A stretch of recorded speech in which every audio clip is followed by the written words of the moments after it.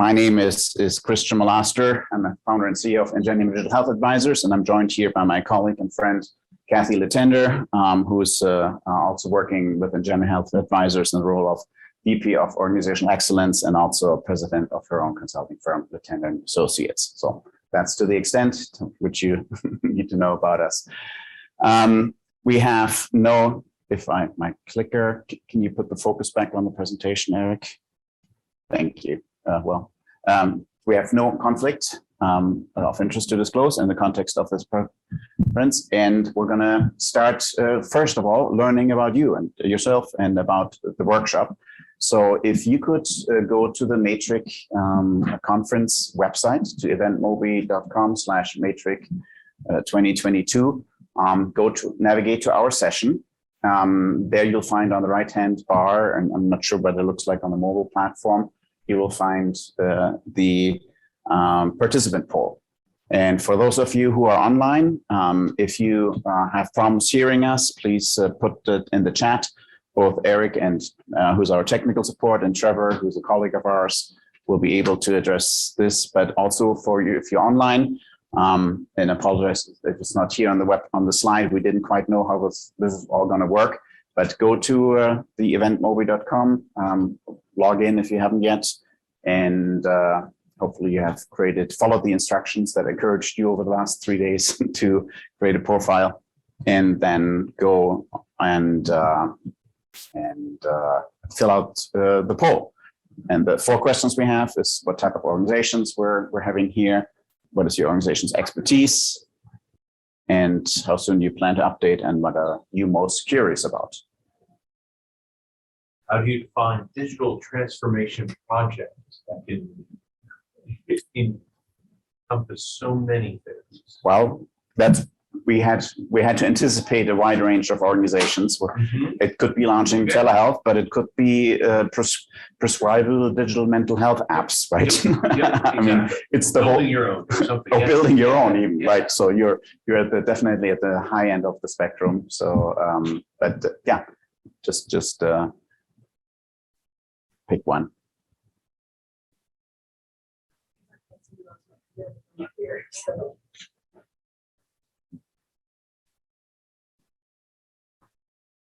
Great. See that? Yeah, can you just show them? Yeah, maybe I'll when I switch to it.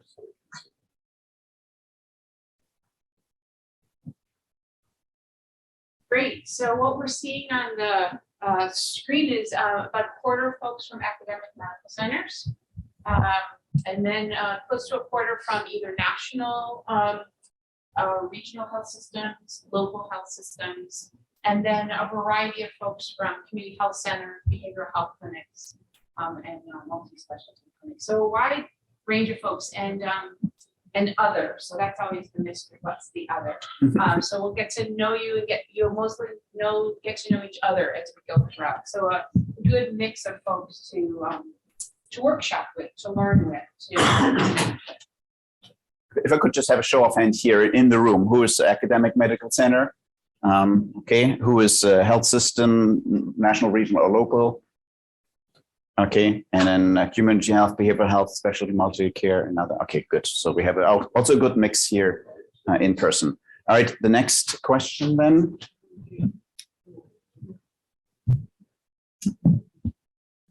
So the question here, what is your organization's experience with digital health transformation? And so we have quite a bit of experience here, kind of a mid-level.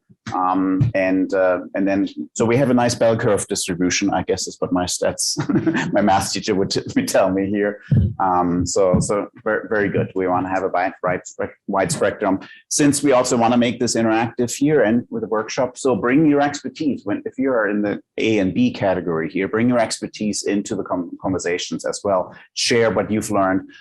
We have found of participating in many workshops ourselves, but also leading a lot of workshops, that the biggest value is actually not what the facilitators tell you, it's what you learn from the people in the audience. So feel free to share your own experiences and share some tips and tricks with your fellow breakout members. For those who are online and virtual, we're going to divide you also later up into groups of 6 or 7, depending how many participants we have. And so we have an ability also virtually to participate. So we ask that you not just start the camera and then walk away, so that you actually stay in the room. We'll be relying on you being participant in these workshops, and also I'll repeat that later on. If you can maybe unmute your camera when you're in that breakout session, so that we can have a good experience, just like we're having here in person. Good. Any other comments here? Okay, good. We've got some good range of experience. And then next one. How soon do you plan to undertake a digital transformation project? Question came up here. How do you define one? Well, it's whatever change you want to accomplish that involves technology. I guess it would be the very high level definition here. So we've got a whole number of people that are starting that. So, and I guess that's why you selected to be in this workshop here today. Good. And then the next one, what are you most curious about? General information, change management, patient front door, patient engagement. Okay. Big picture thinking around change, experiences that others have had. How do we keep the clinical team engaged and invested? Organizational change, so change management again, telebehavioral health and school-specific applications, so some very specific innovation, but others have learned. Very great. So please, yeah, share with each other. Any other comments on this? That's great. So Good. A lot of folks in the midst of creating change, thinking about change and how to make this a lasting part. So that makes a lot of sense. Why a lot of your curiosity is around how do you make this transformative of the change from reality.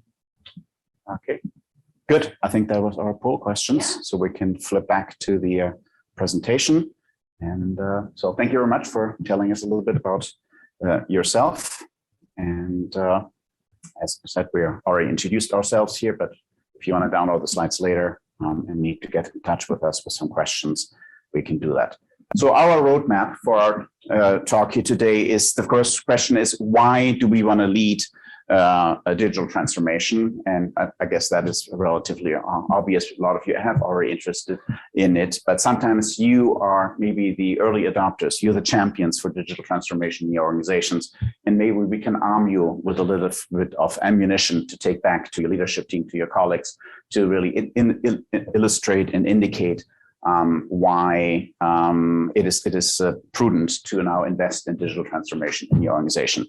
We're going to start here with Kathy talking about high-performing organizations. Do you want to kind of highlight the topic a little bit? Here we want to kind of paint the picture, right? As we embark on transformation, what does high performance look like, and what are the kinds of things that we want to use these initiatives to make enduring parts of the organization.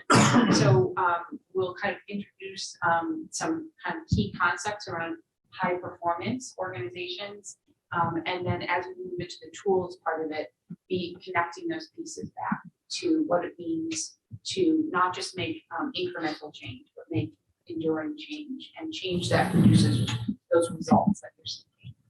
Yeah, one of the things we like to start always with is start with the end in mind, right? What's the whole goal? Obviously, if you are a high-performing organization, then it's much easier to take on digital innovation projects. And so as we're working with organizations to do digital innovation projects, we're always investing in kind of building in those foundational capabilities, because that is what will then allow them to do more and more projects. Because everything, if anything is guaranteed over the next 30 years, there'll be more digital innovation that's coming, more changes, and the changes are going to come even more rapidly than they even have come in recent years. And so building these strong capabilities that really can be a good outcome of undertaking or formalizing a digital transformation project. Then we have a process of digital transformation for those who have experience in it. This will probably very much align in it. And there may be even some steps that you're doing that we don't have in here. Again, we're welcoming a conversation, a dialogue here to add to whatever we're presenting here. And then we'll go into the real core of it. We'll have 9 different tools that we're going to be talking about in this toolkit. And our goal is, you have some handouts there on the table, is that you will walk home with 2 or 3 tools that you say, okay, we should double down on this. We should really implement in those, or you might want to take on all 9, depends on what resonates with you. And some of them you may already be doing. So really that is our idea, is really to be like a tool salesman at a conference that has a table of here are 9 of our gadgets, right? So pick the one that you would like, and conference special 2 for the price of 3 or something like that. So that's our goal, is to really share here what we have learned, some tools, and then we're putting it all together. How do you then apply these tools in your organization? So that's our roadmap here for our 3-hour workshop. I don't think we're going to take a break. Somebody is working on the temperature. So if you're too chilly, because my fingers are freezing, so but feel free to jump up and down as well if you feel so compelled. We haven't planned any stretching exercises or anything of that nature, so that's outside of our comfort zone. Ice carving contact. I like that. So. Okay, so the question now is, why lead organizational transformation? And since it seems to be, I like standing over there, I'm going to take my cheat sheet here, the presentation over here that I'm seeing, and just go through a few slides of why we think that making the case for digital transformation leadership. One of the dynamics, I'm an engineer by training, originally from Germany. If you detect an accent and couldn't quite place it, it is German, although I lived in Minnesota for 15 years, and that comes through as well. But now I reside outside of Annapolis, Maryland. And so as an engineer, obviously, I have for the last 40 years, 50 years, tracked this Moore's Law, right? That the number of processors are doubles at the same price or whatever it is. And you can just see the exponential growth. And we thought in the 90s that would stop at some point, but somehow science just keeps on inventing and improving. And with all of that, I mean, I was just driving down here, right? I could talk to my mom in Germany on the drive down here. When we were at the restaurant yesterday, we pull up the presentation from Google Drive on the smartphone. And it's like, if you think about it, it's just really mind-boggling, the digital transformation that we've had with and then Amazon taking advantage of it, and Netflix and Uber and Airbnb, right? All these innovations in healthcare, obviously, is no difference. There's a digital health innovation avalanche. And what I mean by that is that this is a graph I've been tracking for many years. It's the Rock Health Institute monitoring how many investments have made. The light green bars is how many $1 billion in a single year were invested into digital health startups by venture capital firms. And the number here was, just to bring it higher, was $15 billion in 2020. Okay, everybody, COVID, okay, we've got to do digital health, but then 30 million in 2021. So an exponential, I mean, a huge growth, a double of that, totaling up to $86 billion over the last 10, 11 years that have been invested into digital health. Now, the way that venture capital works is you make investments in 10 companies in hopes that one makes it well, or that one even becomes a unicorn, means that it gets a valuation at $1 billion. So there's a lot of innovation that didn't see the light of day. But with $86 billion being thrown at digital innovation, there you can just surmise that there's a lot of innovation that will see the light of day. And then if we, and with we, I mean the traditional healthcare delivery systems, our FQHs, our health centers, our health systems, our behavioral health clinics, if we are not able to take this innovation and integrate it into our traditional way of delivering care, then others will. And as I have on the next slide, and others have. And then we have a parallel system. And I worked 12 years at the Mayo Clinic. If there's one thing I learned, is that continuity of care and care coordination is absolutely critical to excellent and good patient care. And so if we have fragmented care where a patient just goes to the most convenient and most cheapest options here and there because they often don't know better or they don't have any choices financially, then we're not serving them really well. So that's always been my passion as to why I want to help healthcare organizations to integrate this innovative technology so that clinicians can deliver excellent and superb care. The other driver is then us, the modern healthcare consumer, right? We are no longer patients who just succumb to the person in the white lab coat telling us what to do. We come armed with Dr. Google and Dr. WebMed and say, here, doctor, here's what I have. Here's my diagnosis and here's the prescription. Can you just write me the prescription, right? And that oftentimes is not the right approach either. But we want equality and confidence, obviously. But also we want convenience and value. We're children now, or living in a Netflix and an Amazon society where we can have everything at our fingertips, and we would want healthcare to have ourselves. Academic medical centers obviously have lived at that intersection of quality and confidence, large group practices, quality, confidence, the trusted PCP, online clinics and retail clinics. They're at the intersection of convenience and value, and then concierge medicine at an intersection of quality and convenience. And future leaders really need to be addressing all of these. You need to have quality care and confidence, which you have been working on and which a lot of them have.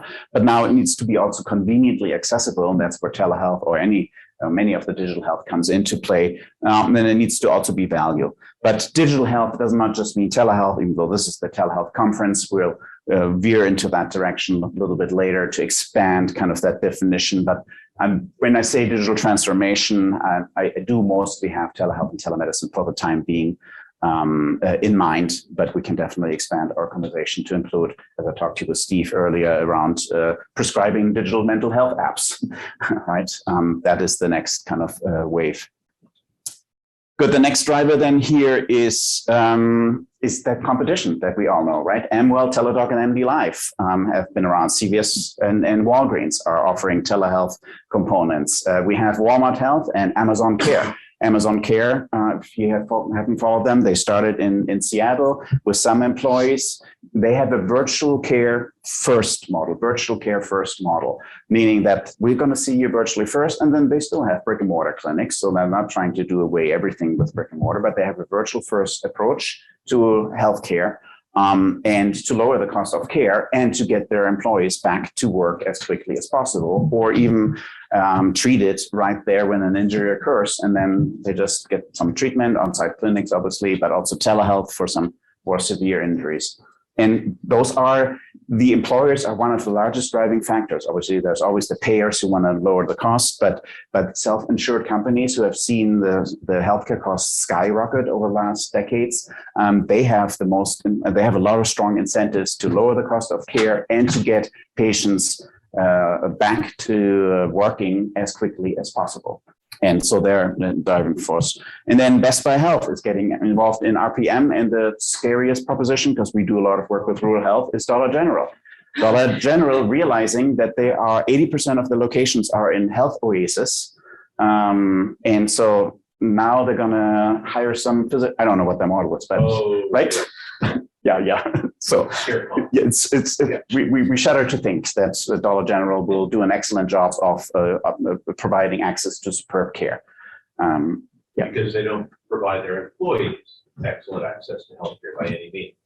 Yeah. So every time we drive by one of our clients' rural health sites, there's Dollar General within a 1.5 mile radius. So or a stone's throw. A stone's throw, actually. But we also have the big players, right? Cleveland Clinic teaming up with Amwell. That was a big announcement before COVID, and then I haven't heard much about it, but make no mistakes, accessing, and that's actually good for us, right? If you're in primary care, now if you're a health system and academic medical center, that is a big competition. Mayo Clinic also is doing a lot of these things. And then you may have not heard, or you may have heard these names. These are all solid companies, startups, one could still say, but they're part of the recipients of these $86 billion.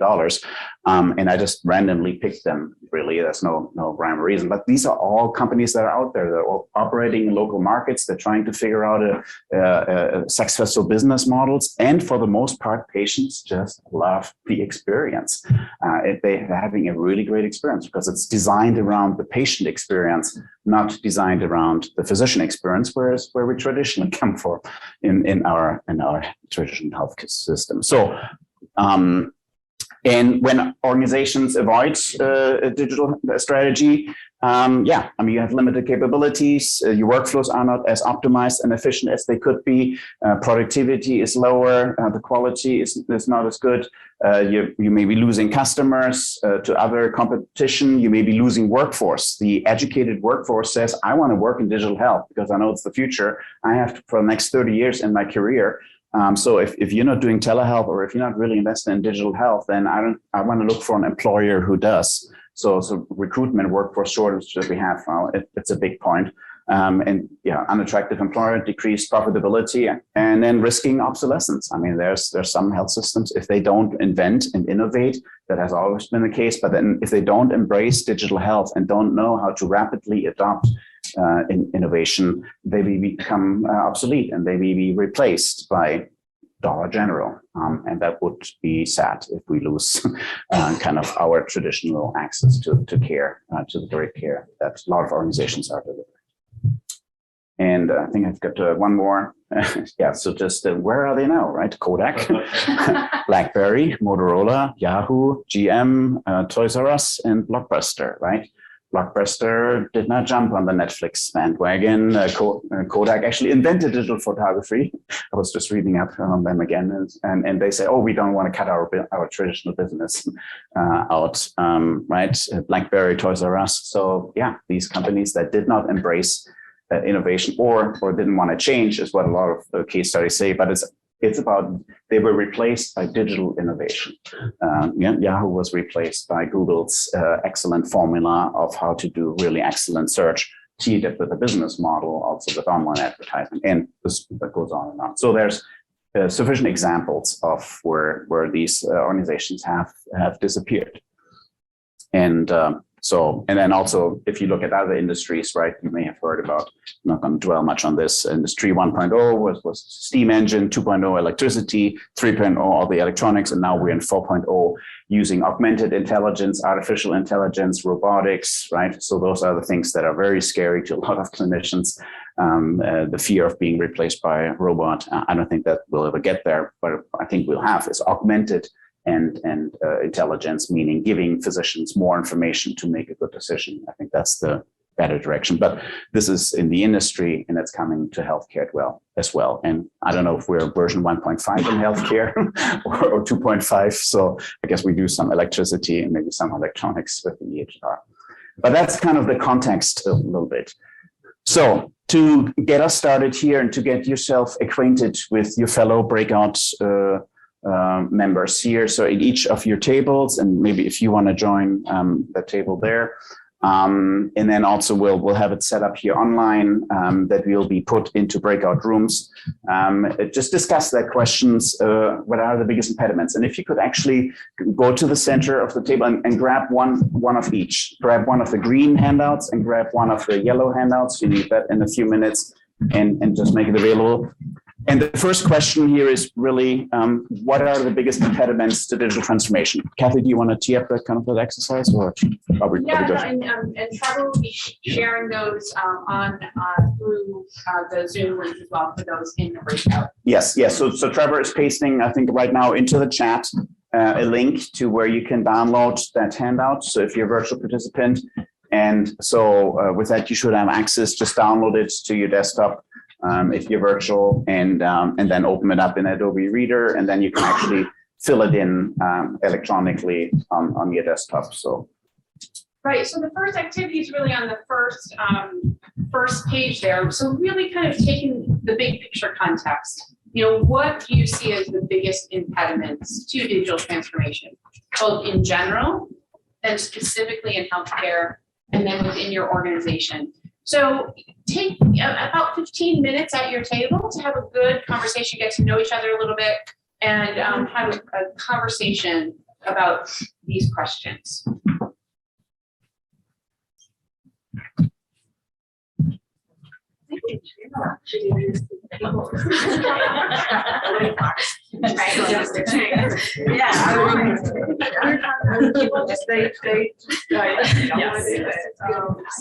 Yeah, so I think the interrupt, that's probably like barriers, just getting over people natural resistance to this, not only do things differently than I starting. I'm say all my work there about Susie would work at work and Spartanburg Regional not work at South Carolina. First out of 6. Yeah, and that's the problem. I was with several facilities advancements in technology. About hired and access to different clinic, outpatient clinic, It's hybrid. as well. access on all ends, right? So I think that's where I think rural health professionals we explain. I think almost maker reach out to deal with the same issues that we deal with in the we have a lot of areas where people don't have like broadband reach their house. And they don't have problems like where they're at. They have broadband, they have no need to go out and actually work when it breaks.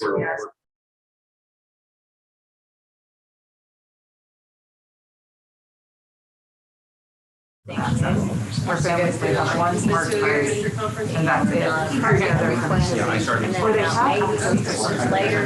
Well, I guess they got enough for all of them. Not sufficient family to be able to put all that on. Yeah, I probably got sucked into something.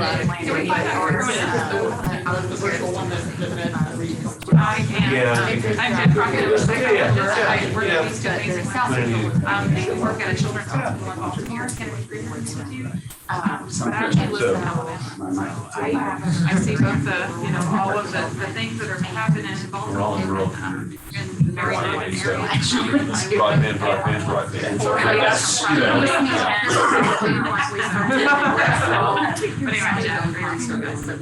I'm on. The only good thing is the areas of Brienne, and North Carolina.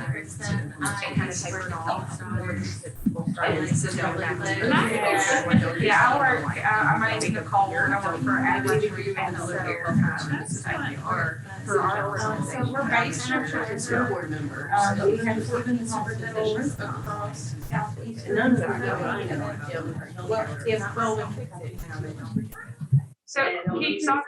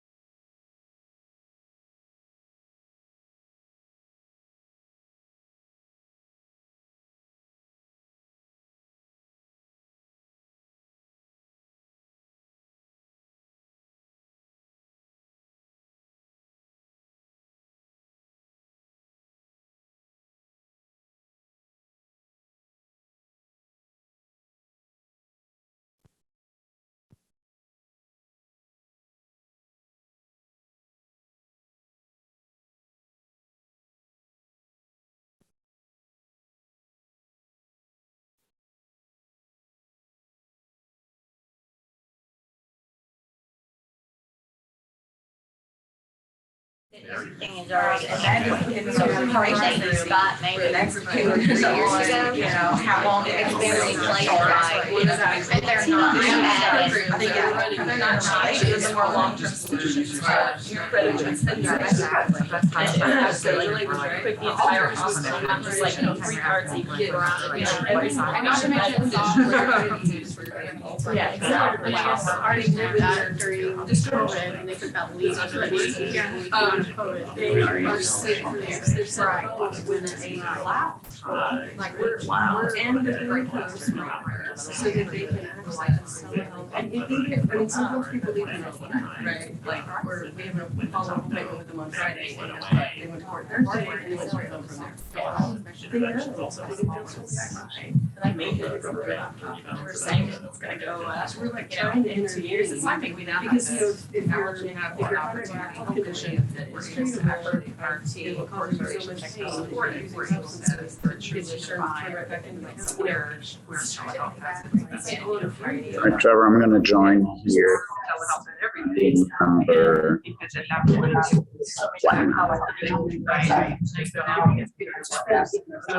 The best, and they're like, where is it? Is it better than we're saying? You might. What is it? So it's. We actually were kind of behavioral health. And that's our, like our big. I mean, it's not just one person, but not all. But not all, they're definitely some. Yeah. Don't worry about it. So, yeah, but it's just so, I mean, I think, for people. Like county courthouse. Also, I think were, wearing, well, just, COVID, you know, yeah, sort of thing. things became For, more advanced advanced, quickly. like, you know, as yes. it is, Right. as it is And involved. so some of our, I think I providers were using So Dr. somebody- some were using Zoom, Okay, some so were they're using brought in and Teams. thought that they're Some just were not using the sound figuring out. we have Yeah. to provide services to some But there was sort of uh, regulation, it where was in regulation all preference different out there all over the place. Yeah. Went into that, I worked with the University of Ohio, in Ohio, Maryland, West Virginia. And something now. like that. So, And a lot they of say, you states know, have okay, they are not, legislation, practice across they need to be state lines. voluntarily committed. And now we're And they're a physician that can Right, insert keeping in that updated order. with other licensing, like we have another department. Patients And kind of that is, I mean, that's not I can do a digital, follow-up. but it's still. Yeah. You have patients, like, it's all providers. Like, it's gonna allow now, you know, physically and drive. Licensed. Fairly modern. And, you know, so being able to connect with doctor, not like our own staff. We literally got into the lunch and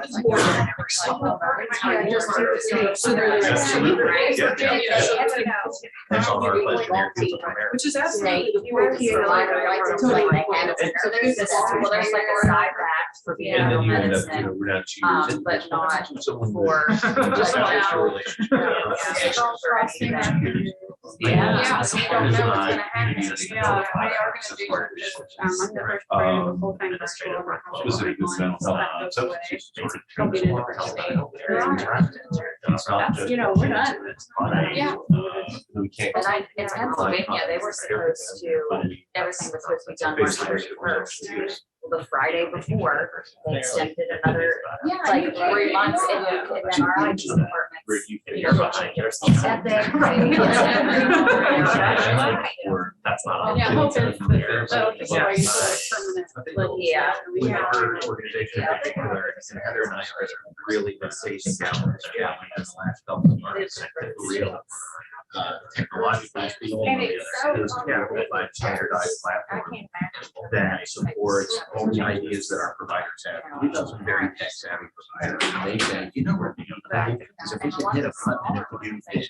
I would say 2 years ago. Yeah, we don't want to know it by our. Yeah. So, Right.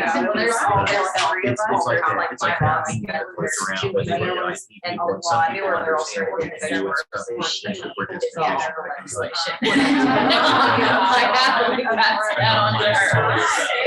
Because it is so much. It is Chart, a lot. training, Yeah. yeah, things like that. It's really cool Because now it's like we're getting Less than a week, okay, we have the these struggle services by a lot of times is our platforms out there that's the support a lot of the ideas. So we either this in try to place innovate to something else or we partner up with somebody. Unfortunately, what we've tried to do is that we kind of we don't get utilize that many different platforms for a bunch of different and so applications. now getting Even just. And we're in the process of trying to standardize that, but it is like. because they're like, oh, we haven't, you know, like, Internally is. no, we're no, trying to no, we haven't, what's not it's, done. you know, working into this, actually, there's a. They're like blockbuster. They don't want to. You have a lot of surveyors. You know, I think basically, you know, one of the things I always I'm Try, I have. It's only providers like. Yes, so I was, we did together, providers, all of a sudden, I was like, my six Teach me how to do this. Sure. And for this one, it's cost this much, but they all want to get in there. That work-life balance. Hey, Trevor, can you please close the breakout rooms in about 2 minutes? I think you actually can hear the sound here. So just, they have a 60-second countdown from the moment that you close it. So, so probably maybe now in a minute and a half, you can close it. Got it. I'll send him a note. All right. I thought I heard you. All right, I'm going to disconnect my audio again. Thank you. Yep. Right. Better off in that, right, but this actually, it is legal for. Actually, one more thing, if for the next round, you could maybe tee up 3 rooms, just in case, well, if we do get more participants to join. So just monitor the numbers, but yeah, I wouldn't want to exceed 7 or I think 8 gets a little bit too big. So, but you may have to create another room on the fly. So I'm not sure how that works when you do multiple rounds of breakout rooms, but I think you can tee it all up. Yeah, I can set them manually as well. So I got it figured out. Okay. And hey, Sean, thanks for joining us. We're just wrapping up our first breakout session. So we'll leave you here in the main plenary session, and then you'll be able to join in the breakout later on. Sounds great. Thanks. All right. You're welcome.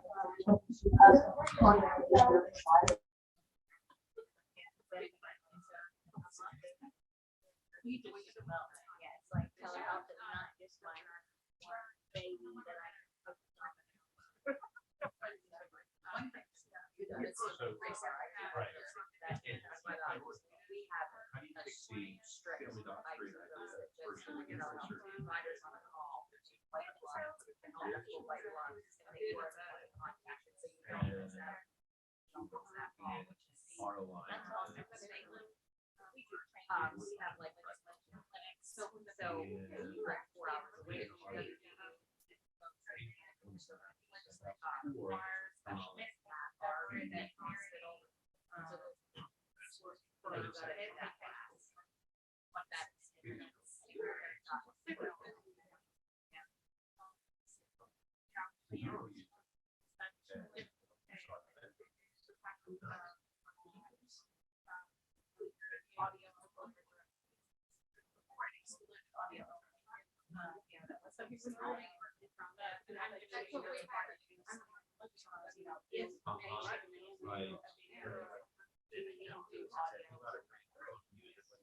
So that's been. We had one of our things. So around 30 But stars. also, Yeah. opened it, You know, training there's started, supposed to be starting with those previous. Yeah. What should we call IT? it was so- Yeah, I mean, it's not just, alright, so for gift to, that it's like sound.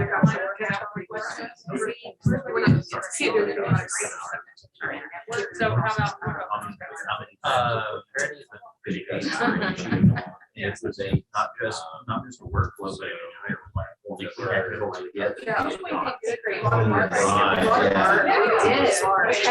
That's great. I like that though, the way it was. So, Yeah, I wrote that lots of good conversations. Sorry to cut you off mid-sentence. And every, like, when you're. Great, so glad you got a chance to get to know each other a little bit. We'll stay with the same breakouts, so you can keep going deeper and deeper in the conversation. So, any really key thing that jumped out for you? It's not necessarily needing to hear a full report out from each table, but something that really jumped out from your table discussion that you want to just share to the whole group.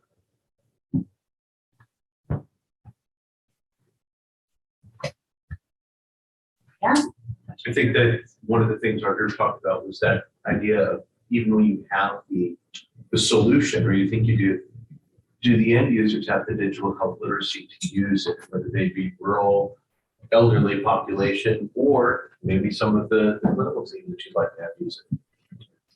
Right, And so. you want that balance. Right, so making sure, I think the microphones on the tables are on, right? So the Zoom participants, just checking to make sure that people are hearing. So just really to make sure that the innovation, that the end users, the patients, the clinicians, others are able to adapt to this change and have the digital literacy to do that. Great. I think we just sort of talked, it's not just one thing. It's, okay, do the patients have the literacy? Do they have the broadband? Do they have the technology? Do you have the willing providers who want to do telemedicine? Do you have the IT department to support it? Do you have the money to buy the technology? It's just one place isn't just one issue. It's a myriad of issues that have to be addressed. Most certainly, yes. There's many more obstacles, right, to overcome with this type of a change process. Not to mention the constant change legislation right now. Yes, yes. Although you must say, we all must admit, the rapid pace of legislature change to the positive was a remarkable thing. But yes, then the constant tweakings at the state level, at the federal level. So yes, it was lovely when the floodgates were open, but now we have to watch for some additional adjustments. One of the things that we kind of touched on was just the reimbursement for telehealth and digital medicine. And I think that it kind of revolves around the way that healthcare, for the most part, is structured, with the fee-for-service model. Because providers are expected to see, to meet certain goals, for RVUs and whatnot. And, it doesn't leave a lot of time, for learning new platforms, learning new workflows, doing things differently. So that is kind of an obstacle is, when your reimbursement is based on the number of patients you see and not necessarily the quality of the care that you're providing them, that it causes problems. Sure. Yeah, definitely. I mean, it's interesting when we work with organizations that have a larger part of their revenue in a value-based arrangement, it does allow greater flexibility. And so we're in this world, right, where we have, a foot in each world. And so, yeah, there are living with the fee-for-service model while being able to try out different things in a value-based world. So definitely, who knows how long those two worlds will last for us, and it depends on what part of healthcare we're in.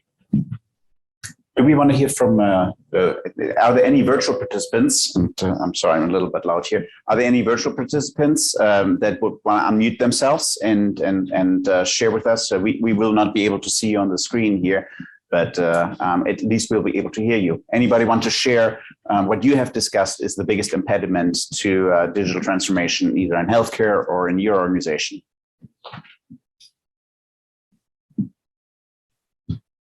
Seem to have a shy online audience, so feel free to chime in later.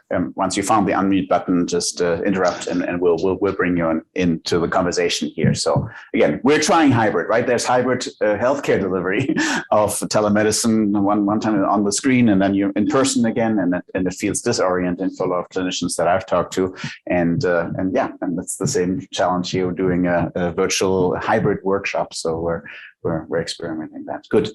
Other questions? Yeah. So I put down some notes here. We'll be touching on those elements here of how do you select the best technology, right? How do you convince? How do you get providers to be willing? Or well, sometimes it's just a time consuming, right? There's no time allocated for it.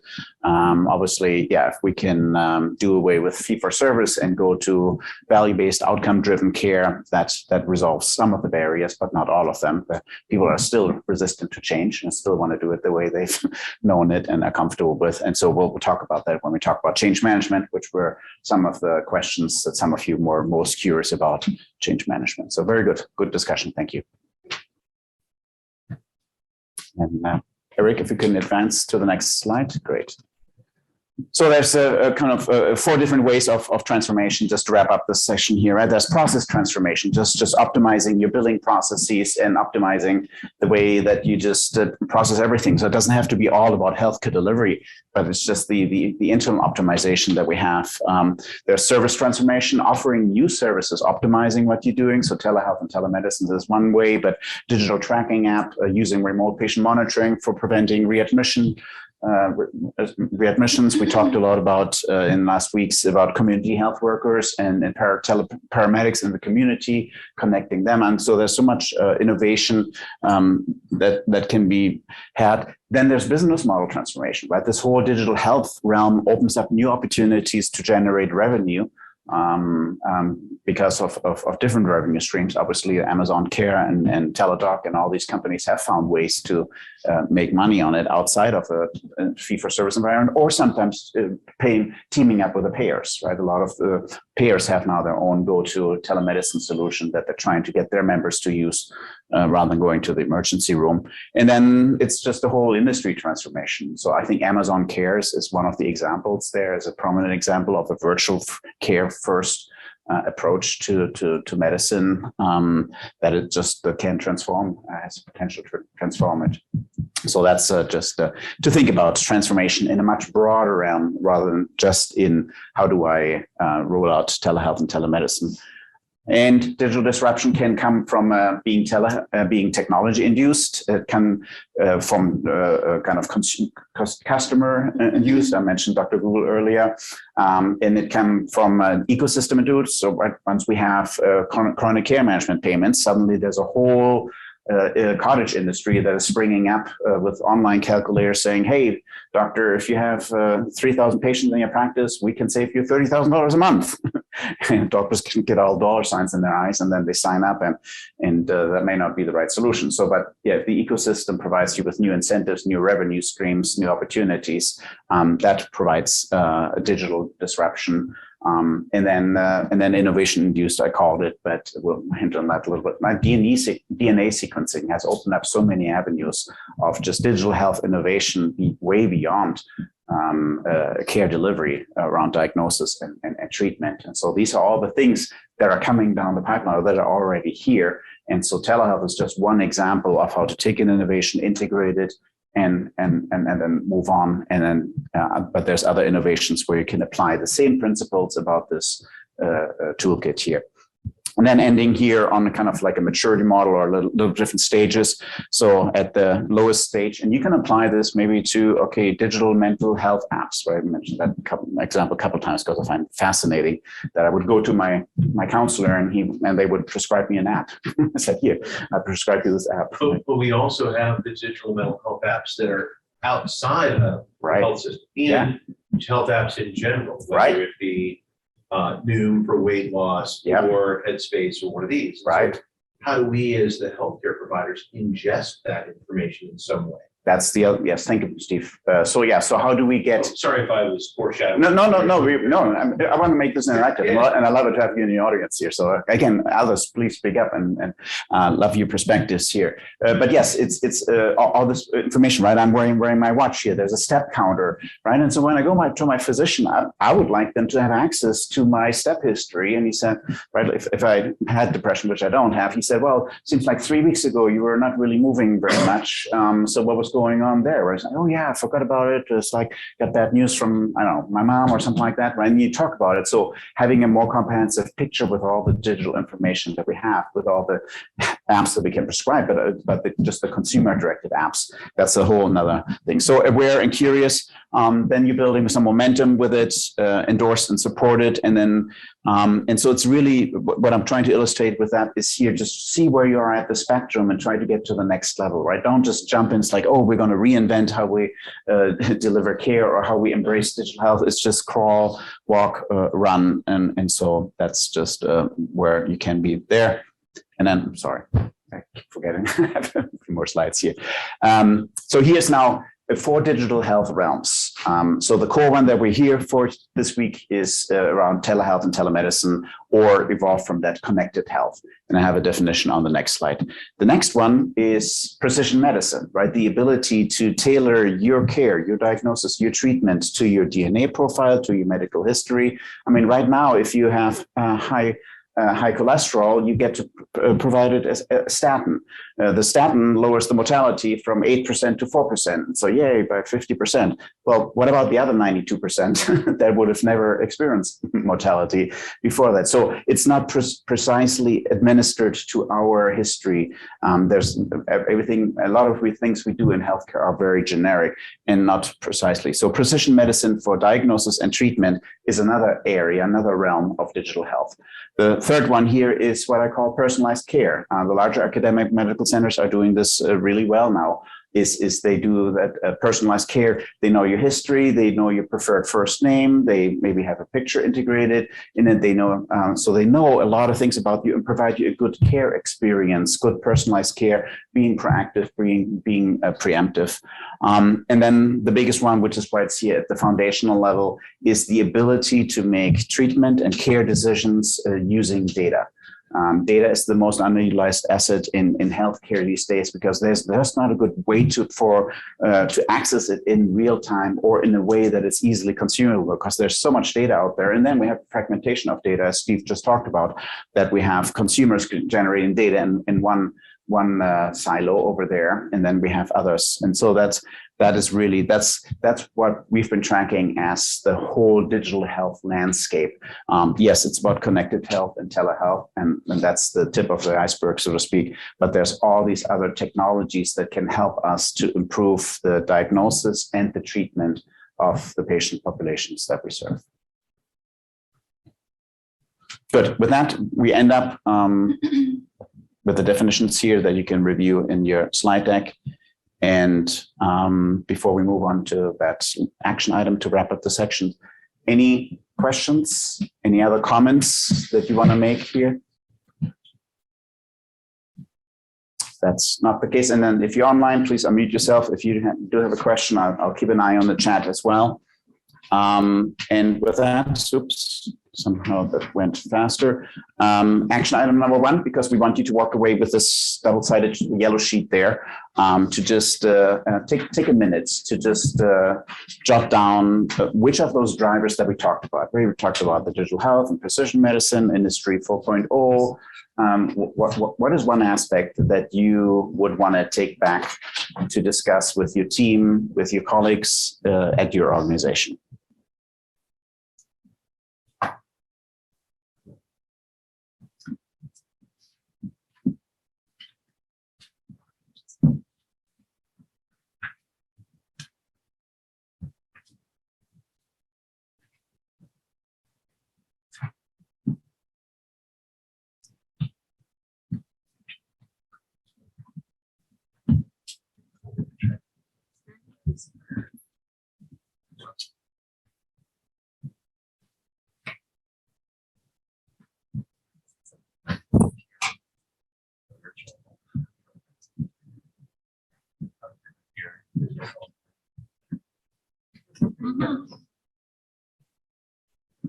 Yeah, there's not for that.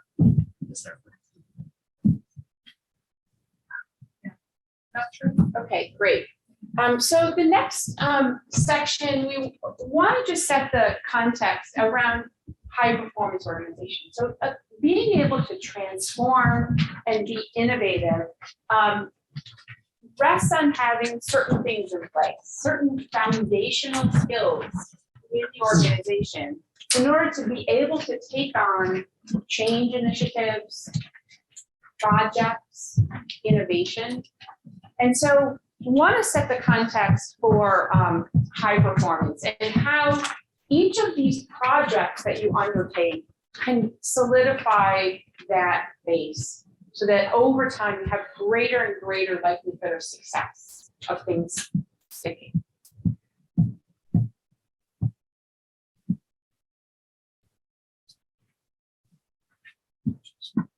I always think of healthcare organizations sort of like a NASA mission control room. A high-performing organization has everybody in the organization who's really clear on their role, has ready access to the information they need to do their job right at their fingertips. Everybody in this room is very clear on the mission. And while each specialist is looking at a particular set of data, there's the big dials that they're all watching, right? What's the big picture? The other part about this is in healthcare, it's a team sport, right? And in the NASA control room, we have people that are related sitting next to each other. So I have ready access to this data. I see an issue, I talk to my colleague directly next to me who's has a related function, a related job, right? And we converse about what we're both seeing. And then we may turn to another pod to say, hey, we're seeing this issue. So a high-performing health organization, I sort of equate to this analogy. We know what the mission is. We're clear on the big dials. Every single person is clear on their role and has ready access to information.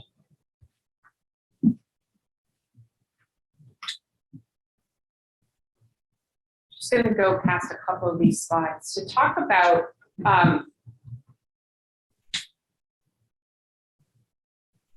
we're going to come back to this at the end, so I'm just going to go past this in the interest of time to the 24 hallmarks that we see in high-performing organizations. So as we work with organizations around the country, there's sort of these 24 hallmarks that we continually see. And I'm going to have you, as I'm going through this, on your tables in your next packet, you've got this 24 hallmarks. And then on the pages that follow that, there's going to be these assessments. So I'm first going to give you sort of an overview of the 24 hallmarks, and I'm going to go through each section. And I'm going to have you think about your organization.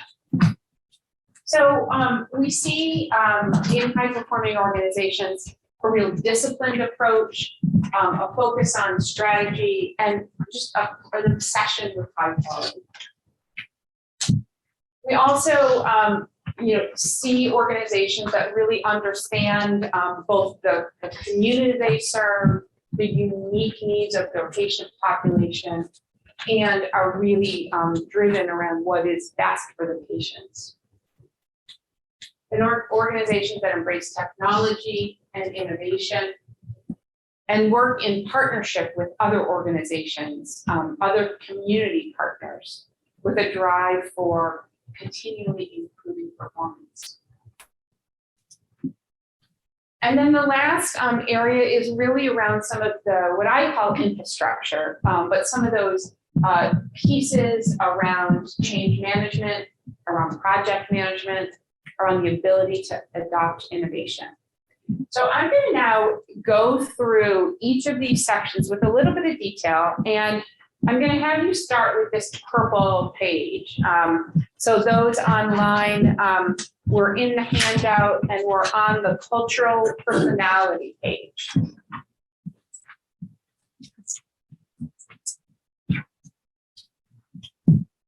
So I sort of describe this as sort of the old habits and what these hallmarks look like in a high-performing organization. And so, moving from the idea of being reactive to proactive, from being ad hoc to disciplined, to thinking of quality as a checkbox mentality, to a continual obsession with higher and higher quality, and system thinking. So I'd like you just at your places to just think about your organization or your division or department, whatever you manage, whatever it is that you lead, and think about each of these dimensions and where you fall. So it's kind of designed as just kind of indicate where on that scale from 1, meaning that sort of old habit, to 5, meaning yes, we consistently have this in place in my organization.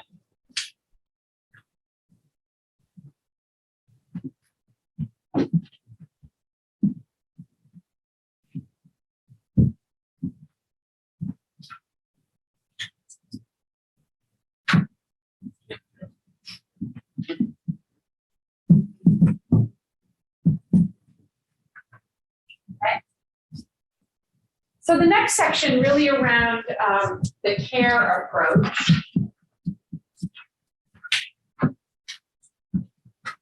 And around technology. As Christian described, sort of, the Hallmark organization sort of really understands the modern healthcare consumer, moving from a physician provider-centric model to a model of really understanding the needs of the modern consumer who's interested in quality and convenience at an affordable price. thinking about that collaborative care approach and a focus on patient outcomes. So again, just sort of looking at where your organization is, or your program or division is on each of those on that scale from 1 to 5. And the purpose of this ranking is to just understand where you want to take the organization, right? Where are your biggest gaps? Because all of these different skills, these 24 hallmarks kind of work together.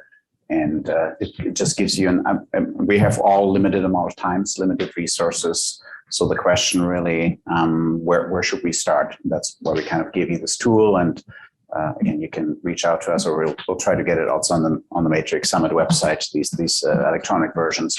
You can maybe do this exercise with your team, just going through it. And that opens up a lot of conversations.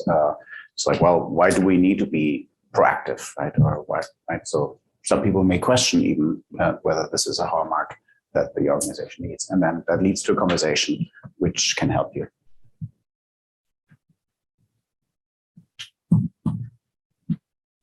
So the next section are really about around your community partnerships and teamwork, and a focus on high performance. So sort of where your organization or program is on those scales. Sort of self-rating, getting a sense of where you're starting.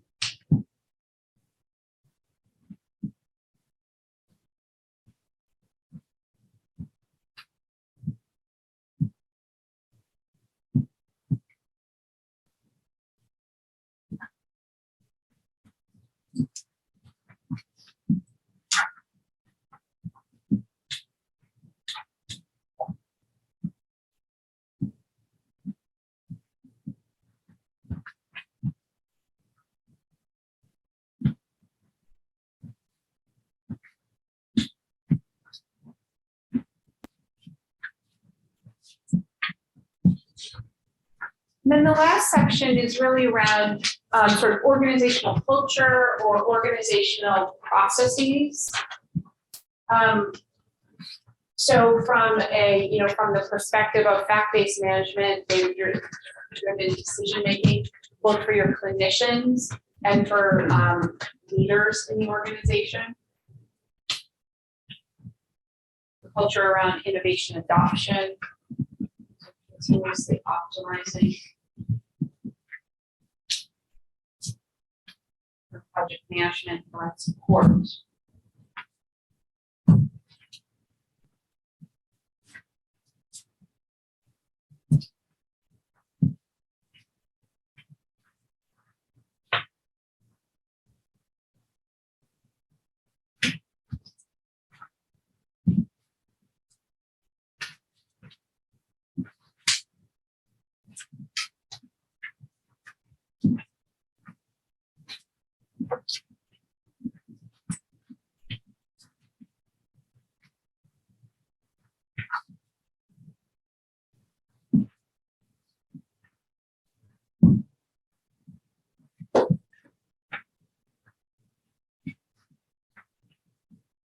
So we're going to do another brief breakout, and what we want you to do is go round robin here and have each person think about a few of the items that really jumped out from your assessment. So you've kind of done that internal assessment or personal assessment. Have each person kind of go around robin and show what are the 1 or 2 hallmarks that really jumped out at you, either as a really large gap, really we're a long way from, or something that your organization is particularly stellar at in terms of these hallmark pieces. So again, just have each person share 1, 2 things that really stood out from your assessment.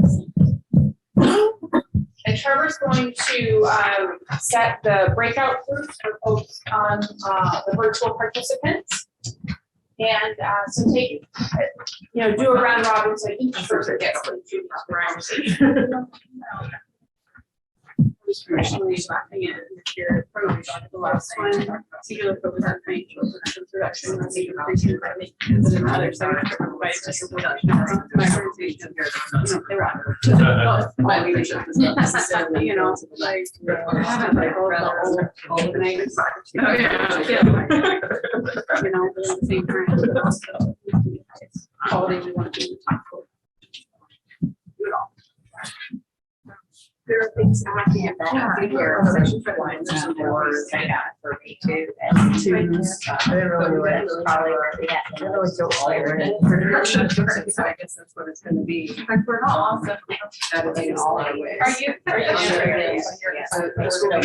Yeah, I think, I feel like it was, and it's with different, I mean, And then- all around, Yeah. it's never been the That's same. just that, you know, it's like, you know, it's really hard. Right? I'll work with everybody. Actually see them on the other side of the time, but then you're like, it's just feel like it's like how we're bringing them all. The garbage and thing. That's a 5-on-1 thing. Actually, I give us 5-on in person. We have a library. Yeah, because I think we're actually do a lot of stuff. So we still are doing. Sometimes we feel like. Down there, right? Yeah. Once we get there. There wasn't that. Which equals out Well, maybe we can on average. partner with a stroller company and help them out. For us, Well, and they're just like, I do have mental health services. We do that. It's like that. We're watching the girls and that's an area that we this one, Like, we don't, it's not extensive service. I can probably count the number of our outpatient providers. Yeah, that takes up an option. So then we're. And then for the rest, In the product development, Overall, we're like, we are across that. I mean, it took us until probably. Increase cost measure. Before inpatient Collaborate. actually took or in person took Benefits down the road. virtual. So Illinois is. And there's just that it just, they just keep trading places, but it's not just that. So we are. we have a- for like percent of the outpatient. One of the things that we are. Only the last 3 months, 6 months. As opposed to 7,000 changes coming all at once, working in going back to teenage out policy from 18 months ago. To make sure that only the updated policy available that, providers have access to 24 items. Providers have access to those No idea. You were saying like, it's so good. So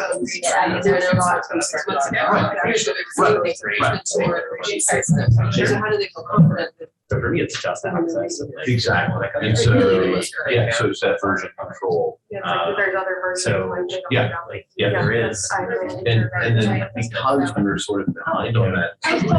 We're spending. Firefighting. So that's where it's I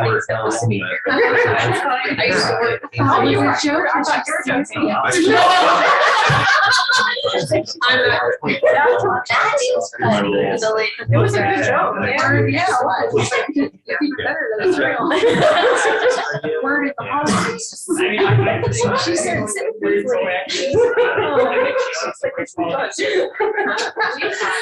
And I have some consistent we started to be concerned with only came from use the and there's telehealth is a program. I mean, random. Yeah, I have no more here. No worries. I told her I was working here.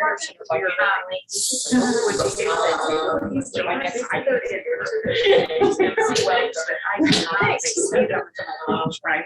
I mean, so I have better concepts, I have no And problem. second, They yeah. can change. And by the way, maybe. Take about another minute. Big things that. Oh, About the just same time. about the same time, not me. And we're gonna open it from Therapies and our doctors and stuff that way as well. I know from she organized change from ECW. Oh, yeah. So we're a little bit less of a Yeah. but I still have some people that it's not a good but yeah, we're there, we do a lot of our therapists, and I'm like, oh, well, now I can see what they have in the house to work with. And the parents actually have to be more engaged if they have to be on the other side of the session, so like they have to be sort of facilitating the session as opposed to like sitting on their phone, while I do it. So, but then for some people, Yeah, like that's a lot of physical change once. interaction with the therapist, that's not gonna. Clinical sites. My son is only on 3 large ones, and we have found that telehealth visits is not. In the realm of upgrade seats, you're not Doesn't- huge. It's harder to get that. But, you know, And it- yeah. from Doing video. that counts. Your. So I this think what degree. you're saying is you say, you know, for some patients, you know, Double practice is like 45%. appropriate The for potential some volume. patients in some situations. Yep. Okay, so you're not. I see a 5-year-old, like, what they have to do is tell them and play with them. It's And your. you play there, and you just, yeah, we did a little, Really? you know, mostly with kind of training. Over the, you know, during COVID, can't really I mean, there's some play there. It's a fun tour. So you would. Yeah, and it happened. So And it's like- it sure Sorry, is. I continue to No. ask for, you know, leadership. I write down the virus. Okay.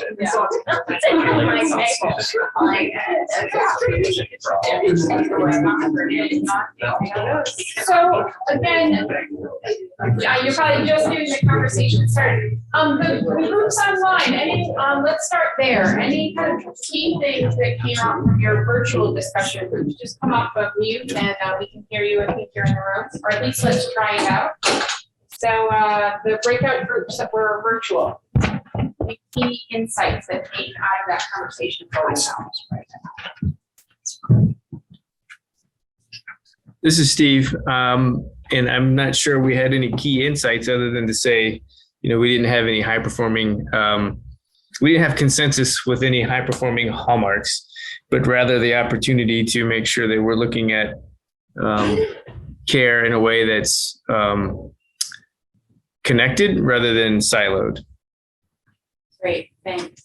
So really thinking about lots of room for improvement, but really as we strive for that improvement, being conscious of breaking down silos and really thinking about connected and the continuity of care.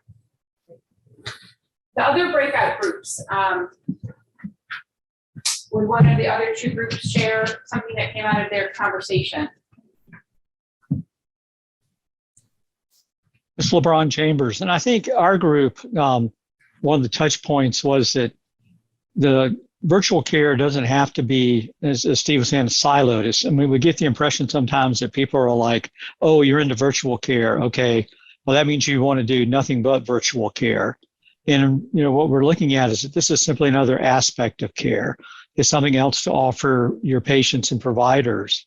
And it doesn't mean that you have to just suddenly, we're all in now for virtual care or we're not. And then unfortunately, sometimes with administration, it seems like it's, okay, now you're going to do virtual care. We're going to do all virtual care. Great. Thanks for adding that perspective. The other breakout group, I think we had 3 breakout groups. Yeah. Yeah.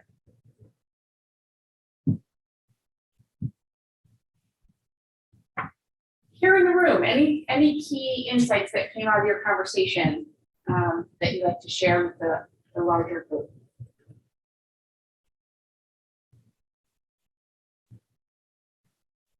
We talked similar in terms of telehealth or telemedicine being one of many tools, right? That it's an option. It's an option that people have. And how to identify like what the appropriate, you know, if telehealth is appropriate for a particular specialty or a particular condition or, you know, and, you know, really kind of how we use telehealth, right? And even on the patient by patient level, because it can really vary from patient to patient. Definitely. So definitely be, I'm just going to repeat that. I think the microphones are pretty sensitive, so they're picking that up, but just to repeat for the folks on virtual, that being really aware of that it's, specialty patient, being really not a one size fits all, but really being cognizant of the patient's needs, of particular specialties needs, and finding ways to match those needs. And I also invite you, if you want to dive deeper into specific telehealth optimization, we have a session on in the leading transformation track on Tuesday morning at 10:15 as well, where we dive deeper into actually leading telehealth optimization, whereas this workshop was designed specifically to focus on just leading digital health or digital transformation in an organization. But yeah, all the great points that you mentioned here. So it's a clinical tool and it should be wielded by the clinicians. So yeah, we'll talk about that. Good. Great, excellent. So moving right along. We're going to be covering a lot of these pieces as we go into the next part here, but these foundational skills that really enable the transformation.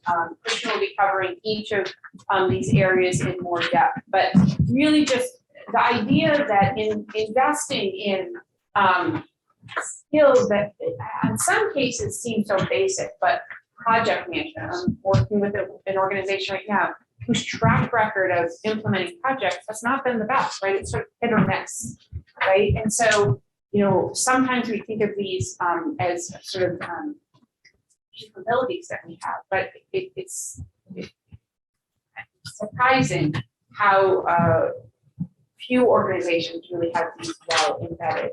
So spending some time to provide project management skill sets and support, and helping people understand how to create change and create lasting change, how to involve the folks that are closest to care in the design of the process. These pieces are a key part of making change stick. What this slide highlights, because I'm going to be diving down at the lower level into the tools, is really that it starts at the top, right? It starts with leadership being engaged and setting forth a strategy, saying, we will do this, we will embrace it, this is the future, we will invest resources and we'll put money and time aside that we get good at this because this is important, right? And so it starts with that leadership at the very top. So these are kind of really the key hallmarks of that. Good. And multidisciplinary teamwork. It always takes a village to deliver care. And good. I think we had an action item. So to take a minute to look at what are the 3 hallmarks here, or that you wanna that you should be focusing on. So take your yellow sheet and just check the ones that really stood out for you, that your organization needs a little bit more work on, and some investment in training, education, expertise, experience, whatever is needed, but just so that when you come back to your organization on Wednesday or Thursday, you don't, well, what was that we talked about on on Sunday? So that's our goal, is that you take this yellow sheet here back.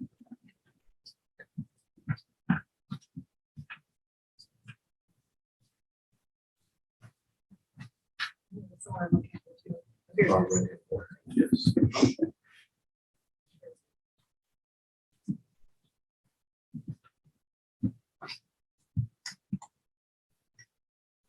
All right, good. We'll be moving along here and going into the digital transformation process. So as I mentioned in the introduction, obviously every digital transformation, whether you're launching a new telemedicine system, whether you launch a new telehealth service, whether you buy an EHR, or another organization we're working with is deciding on a new patient engagement tool, right? Whatever technology you want to decide, whatever any digital information you want to decide, there's a process that's aligned with that in order to transform the organization, the way that care is delivered. It all starts with an idea.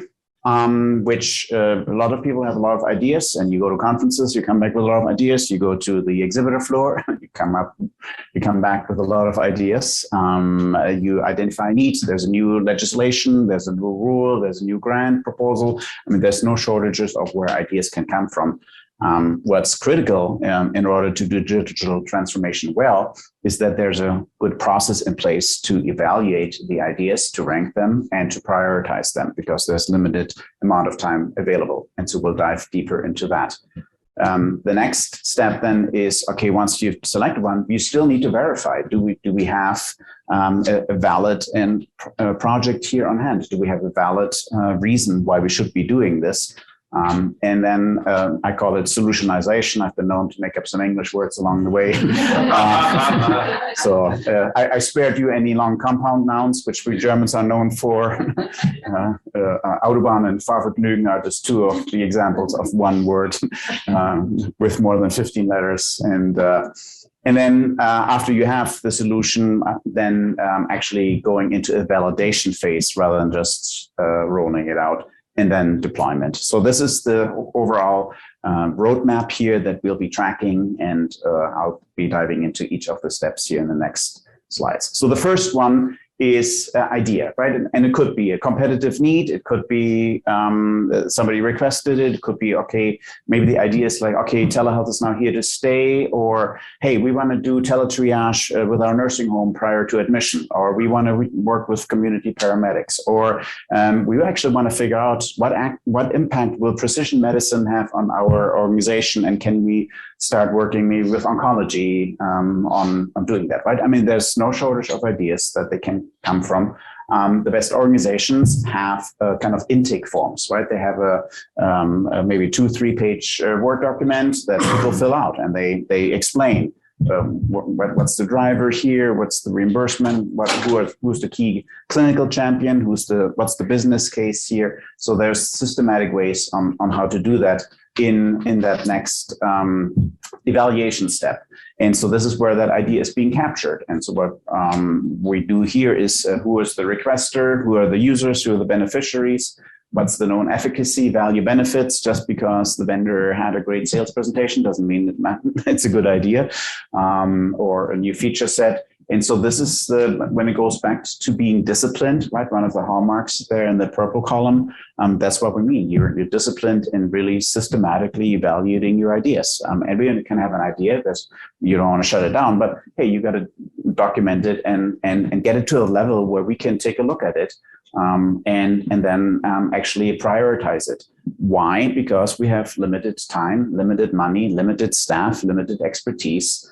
And we also need to look at that in the relative priority relative to others. A lot of the changes, digital transformation changes that we are proposing and that we're implementing are going to affect the clinicians, are going to affect the nurses and the front office staff. And so you cannot throw, especially in larger organizations, it's oftentimes that the left hand doesn't know what the right hand is doing. And so you have multiple innovation projects being thrown at the same kind of people that constantly need to change. And so, well, didn't we just do this? And now we do this. And then somebody mentioned earlier, right? Clinicians don't get paid when they have to learn new technology, new processes, new workflows. And so being able to manage that at the highest level, that really is very important, that there is a prioritization process for all these ideas that come in. And so we'll get to here a prioritization funnel that takes these ideas and then applies some principles to that.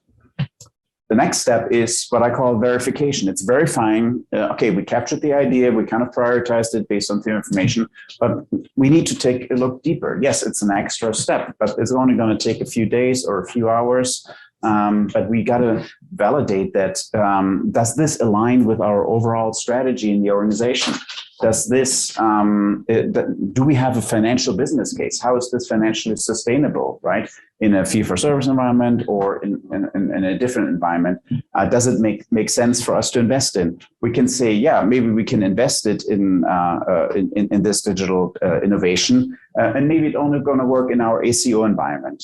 So, and then the last point is whether it's clinically proven. Steve, since we have the microphones on, I think they might pick that up. But if there's an insight that you would, or discussion that you would like to share, I would love to hear it. We were just discussing the alignment with organizational strategy is great, but also does it push your organization ahead? Does it move you forward? This organizational strategy can sometimes just be status quo. Got it. Yeah, very, very good point. And yes, when we do a strategic alignment, then yes, yeah, very good point. And I don't want to skip over the last point, right? That one is one that I find is always important. Is we need to get at this stage early on clinician input, right? That it's not just the IT team or some administrators or other people suggesting a great idea. We got to have clinicians at the table that take a look at that and said, yeah, that makes sense in our practice, or show me the outcomes, right? Show me the studies that demonstrate that this can be done. And they may be optimistic about it, but get them involved early on, because if I learned one thing at the Mayo Clinic, everything we do for patients, and everything we do for patients is patient care. And so we got to have the clinicians at the table. Now, if you're optimizing your billing system in the background, yeah, maybe a clinician does not need to be involved. But if it impacts patient care, diagnosis, or treatment, then we got to have the clinician voice at the table very early on in that verification step. And so really looking at what is that strategic case, or to what Steve just said, how does it help us to move forward? What's the financial case? And then what's the clinical case? The solution development, then, okay, so how do you take this idea? And so what we're now going to do with it? What are the requirements? Who are the users? For example, the organization that I mentioned, patient engagement tool, their process was, okay, let's see some vendor, we're dissatisfied with the current solution, and let's do some vendor demos.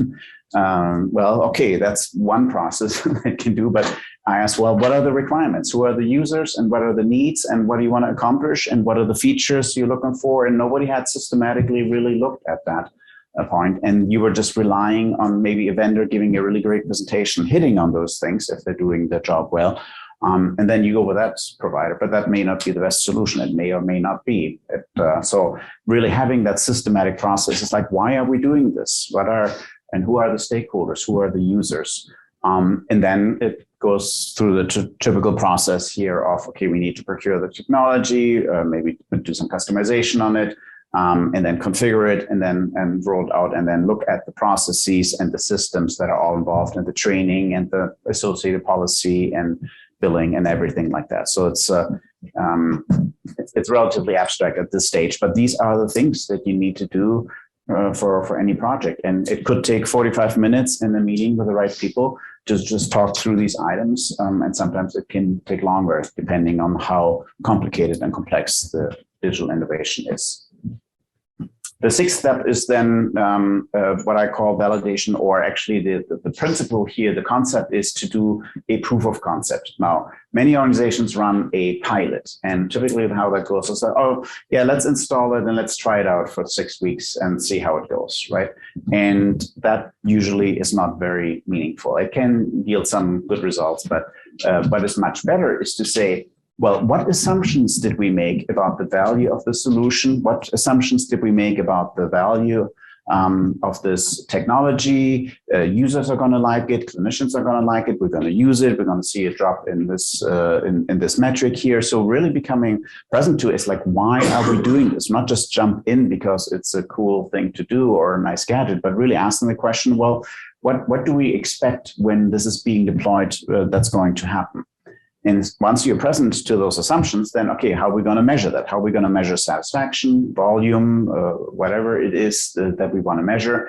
And so that is really, and then you run the proof of concept for maybe 5 days and you validate, yeah, this works, or it runs for 5 weeks, or it needs to be tweaked. So that is a real true mindset shift here in rolling out new digital innovation projects, is to really look at, what assumptions have we made in the planning process that we now want to validate before we roll it out to the bigger audience. And then the seventh step is then the actual deployment, but caution there, and we'll get to that point that has been mentioned now multiple times. Change management is obviously one of the most critical points in in the area of rolling out any new changes. So just build it and they will come. Does not work, or just having some. Again, how many of you have been burned out in an EHR rollout?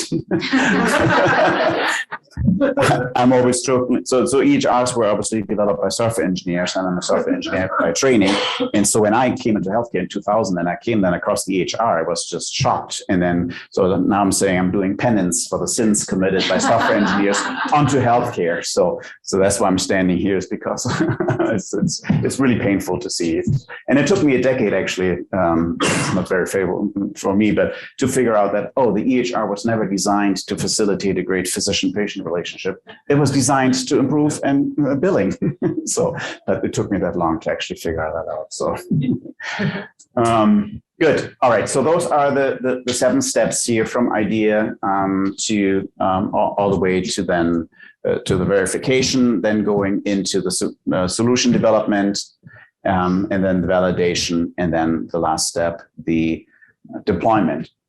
So before we now jump into the toolkit, into the 9 different tools that we've prepared, because this is the context as to where those different tools are going to be utilized. I think we have a breakout, and yes, there it is. So and if you need to take a break, then take a break. Then restrooms, the men's restroom is right next door. Kathy, how much time should we then allocate for you to talk at your tables in your breakout sessions about an innovation project, and take a look at, and in your breakout material, you have actually the chart that I had on the previous slide, which of those 7 steps were present and which one were missed, and if they were missed, did they result into challenges or problems? So what we wanted to have here is have some conversations about, we didn't really do a validation before we rolled it out. And it suddenly took 18 months. There was a lot of backsplash. People were confused, and we didn't do much training, and we probably could have figured that out if we had done. So that kind of conversations, just looking back at what you have learned in your organizations from projects that didn't go well, or for projects that went well. Right, same example as well. If you said, we really prioritized, we had all these ideas, and we had this prioritization process. So again, share among yourselves with each other some best practices and some worst practices, because we're all in the process here of learning. And then Kathy, how much time should we allocate? Let's take 15 minutes for the discussion, and then we'll do we'll do a break, and then we'll. Okay. So 15-minute discussion, then we'll do a brief break. Or if you really needs the break right now, break, and then a 15-minute discussion. All right, that sounds good. Break first. All right. Break first. That's fine. That's fine.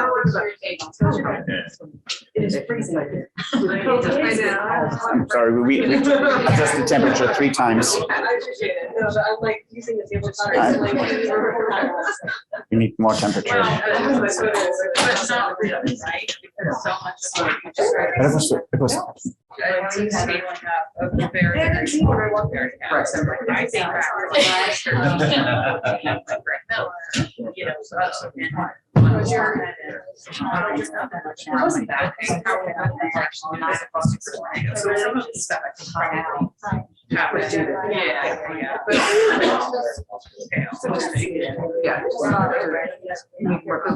a very small telehealth program that was very involved with the military. And then we basically just expanded everything from the work that Jennifer. Right, which was very behavioral. So there were certainly messy days. Right. I didn't see much. I mean, I don't know that. Right. So there would be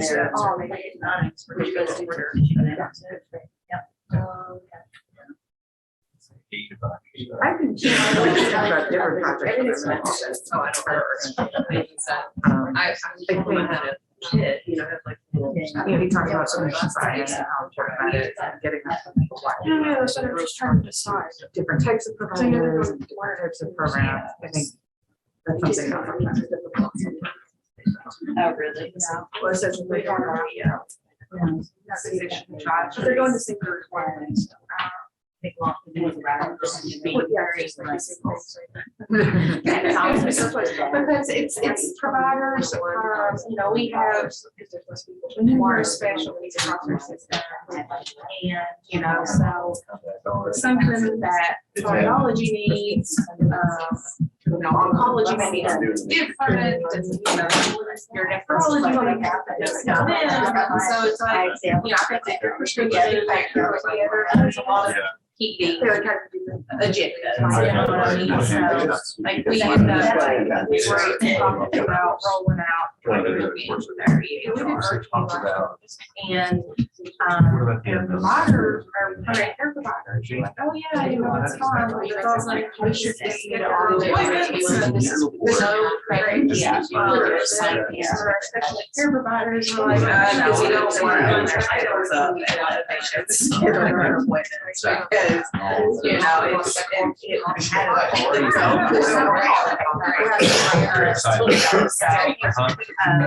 you know, trying to work through all the complexities and the feedback.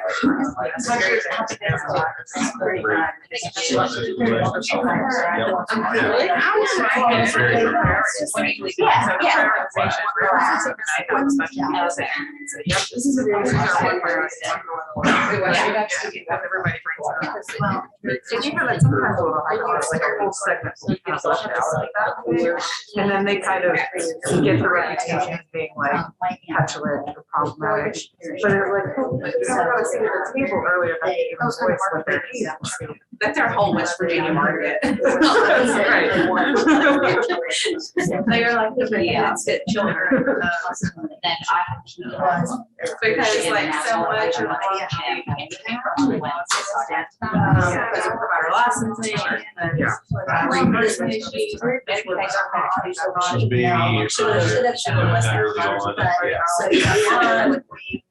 so it's like we're very limited, you know, so it's almost like that whole separate system. Are you doing the better ones? I think, I mean, yeah, I think that's then they're like, well, why didn't you do this?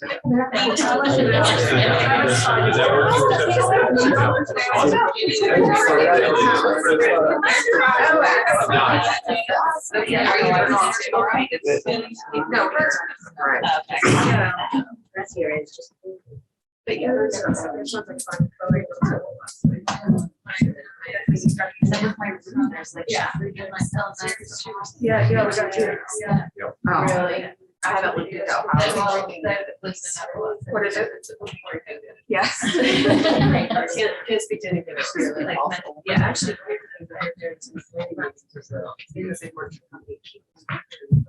But we're schools that we have, we're just saying, happy we didn't go to. Yeah. Yeah. Yeah, especially that's nice. I would say that demographics probably not as much different than what we usually consider patient population versus sleep. So it's like they're like 407 total registered, and it's not. So the long you got reimbursement opportunities, but also there's all that like user drivers. Yeah. So they're all included there, but like they not Tuesday or whatever. So, you know, so there's some nice, I mean, it's a nice crowd compared to like a month ago when it was like, oh, we gotta get over 300. Oh, really? So how was a line? How was it? Oh, like yeah, we kept like this thing out of money. I think that's like, hey, you know, saying that to you. Okay, so this is that. This is our third time. My direct supervisor, very supportive. He kind of led the IT, they work together. push and pre-COVID. Yeah. I was actually trying to really system. Yeah, I was gonna say, Don't put me on the spot. Yeah, like it was very fortuitous.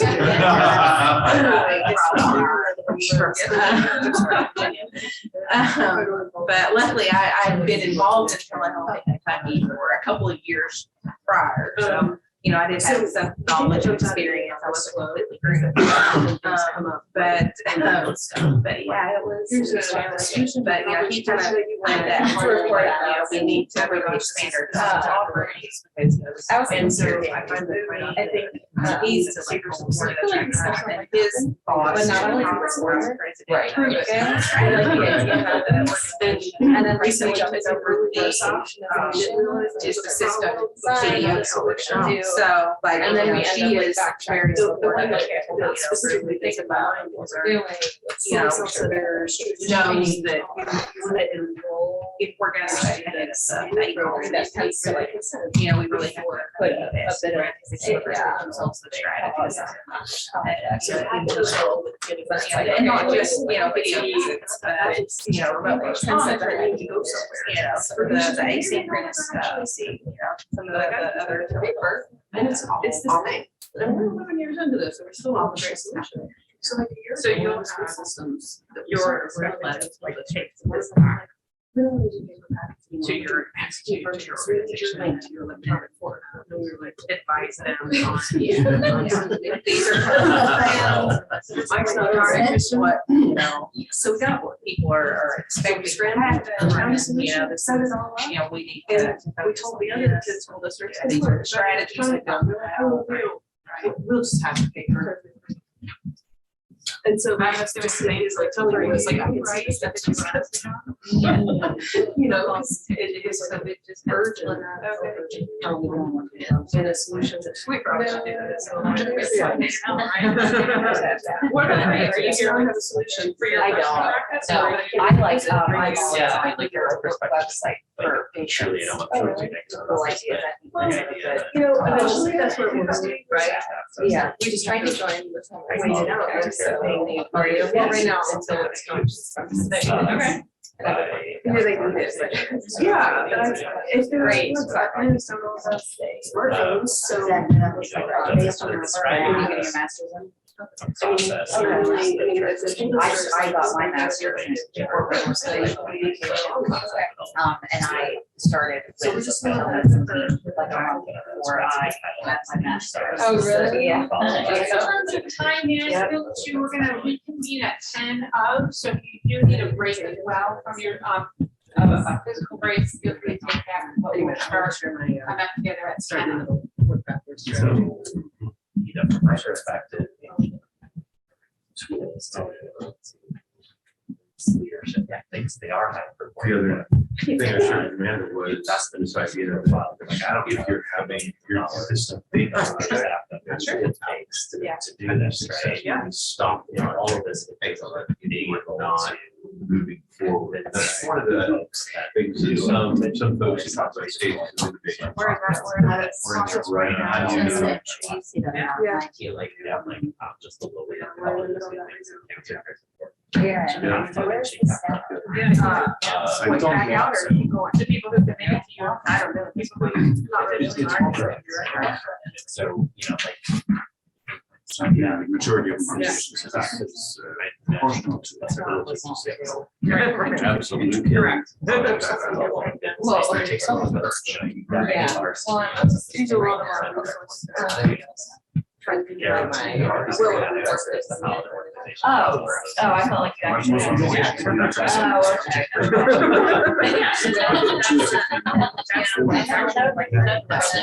would have liked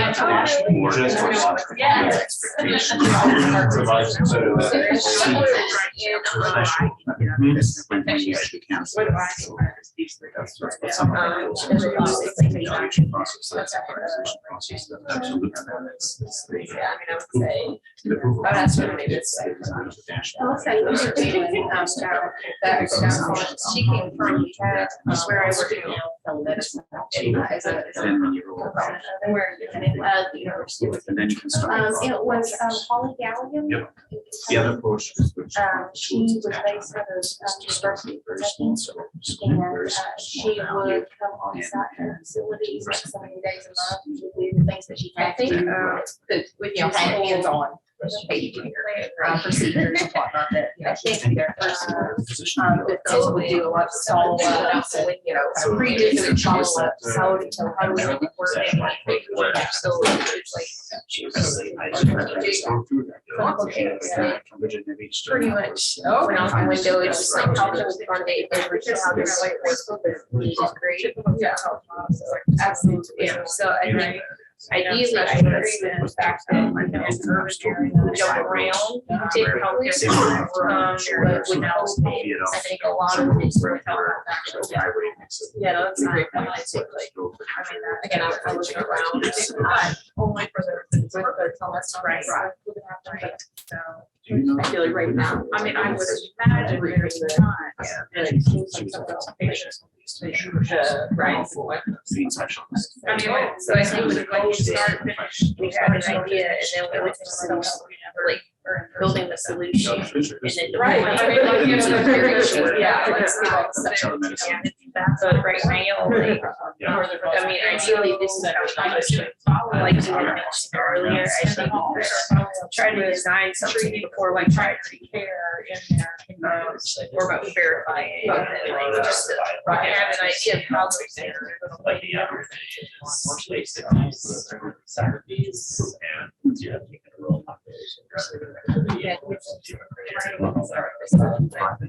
So wanted to do, wanted to. separate from the. Just like pull all that out the window and just be like, right now, and I would like to take that one. Start the script.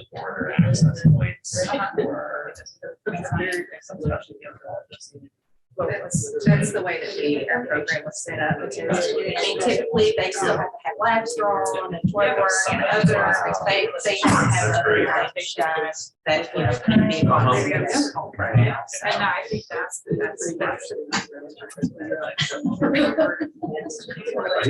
Yeah. Oh, really? That's the part that. Yeah, well, they go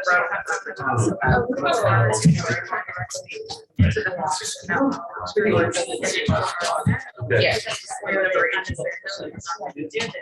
because the options.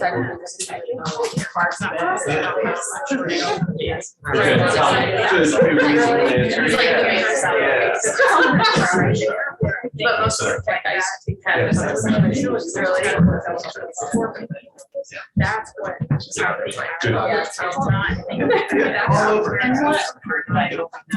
our primary care dogs, what they do, like they see a patient at home. And, you know, they're like, are you early in? I want to get a script test, or I want to do exactly worker.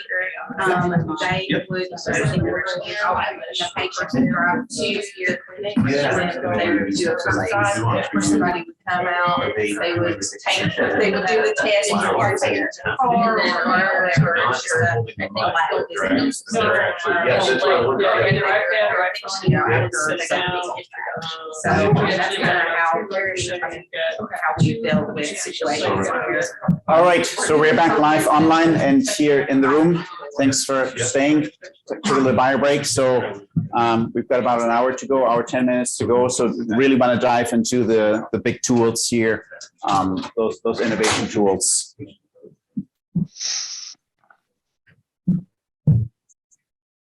Oh, skip this one. So want you to give you just one more minute here and then I'll keep on talking. But what are the 2 steps in this 7-step process that you really feel your organization needs to pay closer attention to?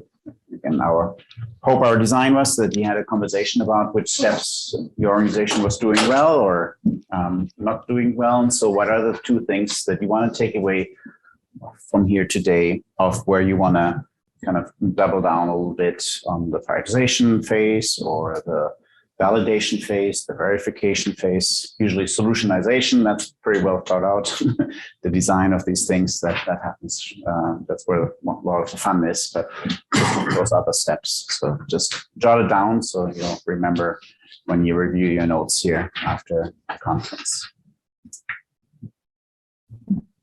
All right, so now we're diving into the digital transformation tools. And again, this is the whole toolkit. We're not saying that you need to do all of them. Just pick the ones that resonate with you here, but I wanted to kind of point out all the different things. And this is all bringing it all together, right? We talked about the drivers for innovation. We talked about the hallmarks of a great organization that then also by extension can do innovation well. And so we're actually tying this back here. We bring that slide with the 24 hallmarks back, and Catherine will be talking about how this particular tool helps you with many of those hallmarks.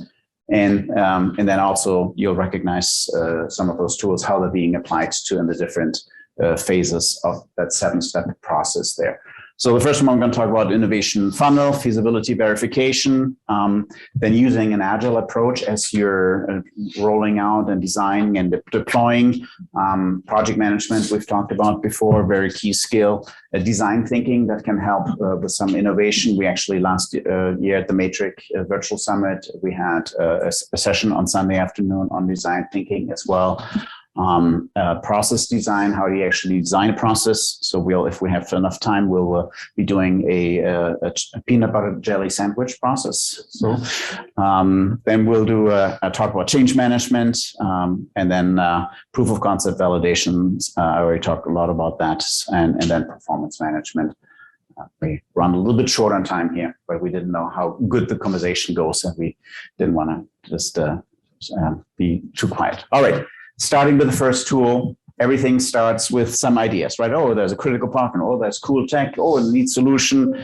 And the idea is really that we take all of these ideas and we get them through a funnel, turn them into maybe concepts, maybe taking some ideas, developing them further, maybe combining multiple ideas until they eventually become certain projects that you actually want to launch and undertake. And so again, this is a process that the leadership team can do. Ideally, it's a multidisciplinary team that's involved in this prioritization process. So somebody from IT, somebody from administration, somebody from clinical leadership, nursing team. So some of you have these kind of teams, and just having that on the agenda once a month, once a quarter, to just look at the ideas that have come in. So that's one way how to use this particular tool and to implement it. But the other thing that this does is also gives everybody in the organization a way how to express their ideas. Some innovative people get frustrated in organizations because for years, they have listed all these ideas and nobody ever got back to them, or they have not been implemented. And so having this more systematic process in place that, you can submit this form, or here's some fields to fill out, just a simple Word document, and then we'll take a look at it. We'll actually have you talk about it. A lot of larger IT teams do this all the time. And so this is what you can apply to innovation. And so that particular skill then applies to the hallmarks in. Yeah, so I mean, the innovation funnel really does bring discipline to the decision-making process for sure. In some organizations, the criteria is around the strategic focus, right? It allows us to connect ideas with what strategy is going to advance. And it certainly can bring a more data-driven decision-making approach to it. So just one of the many tools accentuate kind of that high performance. Yeah, or what Steve talked about earlier, right? Sometimes strategy, we need to use innovation to move strategy forward, or to move the organization forward. Now, ideally, I would say if the strategic process is healthy, then it should have established high, lofty strategic goals to bring the organization forward. But then it's that prioritization process then will directly bring that focus to it and say, okay, does this help our strategy? We're about growth or staff satisfaction or patient satisfaction. How will this project help us to achieve our overall strategy? And that's where this comes into play. Good. For the next one here, and we have a comment. There's a question here from Stephen. Any suggestions? Let me bring that up again here. Any suggestions on best practices to manage this funnel? It can become its own task machine. Yes, it can. The best way to manage that is to have a designated team, of a multidisciplinary team that meets on a regular basis, and depending on the size of the organization, that may be monthly, that may be quarterly. It depends on how big you are. And yes, you have to have one administrative person that collects these ideas, that prepares it for the decision-making process. But yes, one of the reasons I left the Mayo Clinic is because I was tired of committee meetings. So I just had one project I had to go through 13 different committees to get it approved that nurses can use a digital camera to take a picture of a pressure ulcer. So we don't have to change the wound dressing again. And so after that, I was like, okay, I want to work with organizations who can move innovation a little bit more quicker. But yes, it can become its own machine here. So thanks for that. But yes, it starts with the leader saying we will prioritize our projects and designating a person that is their task to collect these ideas and then convene and facilitate a 60 or 90-minute session to go through those projects. I mean, that's what it takes. It's not that big of a time effort if it's organized well. But it's also a cultural change. And so, but yeah, it's looking at the strategic priority, the financial value, and the clinical viability, always those three lenses that we have to have here in healthcare. The next tool here is the Agile approach. Agile came originally from software development back in the 70s and 80s. We thought we could just sit down for 6 months, develop all the requirements, throw it over the wall to the programmers, and then have them implement the beautiful solution. Well, the work was much simpler back then, and it became too complex. And so the impetus behind an Agile approach is to start with what's the simplest thing that could possibly work. Let me look for an example. Let's say a teletriage in a nursing home, right? We want to prevent admissions and maybe you have a nursing home that's associated with your organization. And so what's the simplest thing that could possibly work? Well, we can just start with a phone call, right? We can just institute that there's a phone call that occurs and that somebody is on call. So that's the first step. The next step is, well, it would be better to have video and maybe some exam tools available. And you do it with one nursing home and you do it with one clinician. And again, the alternative is to do it like you've always done it, right? So that's the alternative if that clinician is not available. So you start small and you really look at, again, proof of concept. You look at validating your assumptions. You look at what is the process, what's the technology, but you don't have to have this notion that we have to have the perfect system, fully developed, everything. That oftentimes makes things way too complicated. And so we start and then we use an iterative approach. And in the truly agile software development world or innovation development world, they time box themselves. They say every 2 weeks we will do a new release on a solution. At the Mayo Clinic, I managed a electromechanical team, and we were doing a fruit fly counter for cancer research. I'm not going into the details here, but we had a mechanical box, we had electronics, we had that. But we had a 4-week rhythm. Every 4 weeks, we presented the researcher a new iteration of what we were thinking was the best solution. She gave us some great feedback. And then we went back and we iterated. And so doing that same with innovation is good. Sometimes, yes, you cannot just piecemeal roll out an EHR. I understand that. But even there's different things that can be done differently. So it's a mindset that you don't have to have the 90 or 80% of the functionality done before you roll it out. But you start with 10%. You give something of value and you try it out. And you work with the people who can work with this change. So that is a really, really powerful a tool and sometimes it just means that you go with a small team. Yes, question. I find this really fascinating because I'm to disclose my biases. I'm an oncologist, and so okay. And I work in an organization that thinks, excuse the repetition here, but that thinks that using telemedicine to expand access to cancer care is a cute idea, but not worth investing in. Okay. So, when I conceptualize the big project, right, yes, and think about the agile approach, it rings very true. However, yes, if I'm going to write out a proposal for, excuse the word, a pilot project, right? It feels to me like the pathway to very quick rejection and lack of funding is to say, I'm only going to do about 10% of it the way I think makes sense the first time. And we're going to do some kind of rapid or periodic cycling to get the project or the product up to where I think, because to be clear, I think this makes a lot of sense. But my question is how to advocate for an organization to actually allow the rapid innovation cycle and to fund it in such a way that the leadership, which unfortunately I'm not the CEO, right, get some buy-in to what the end goal is going to be. Yeah, a couple of thoughts that come to mind to describe that. I mean, that proposal itself, using that language that you, that proposal does need to describe the end game, right? Like to get the buy-in, to be able to paint the picture of like what, even if we don't know exactly how we're going to get there, what's the end game? What's the big proposal we're seeking? And spend some time on the education. You know, if we wait until it's fully baked, right, we're never going to get there. So this idea of small tests of change, a clinician that is incredibly passionate about it.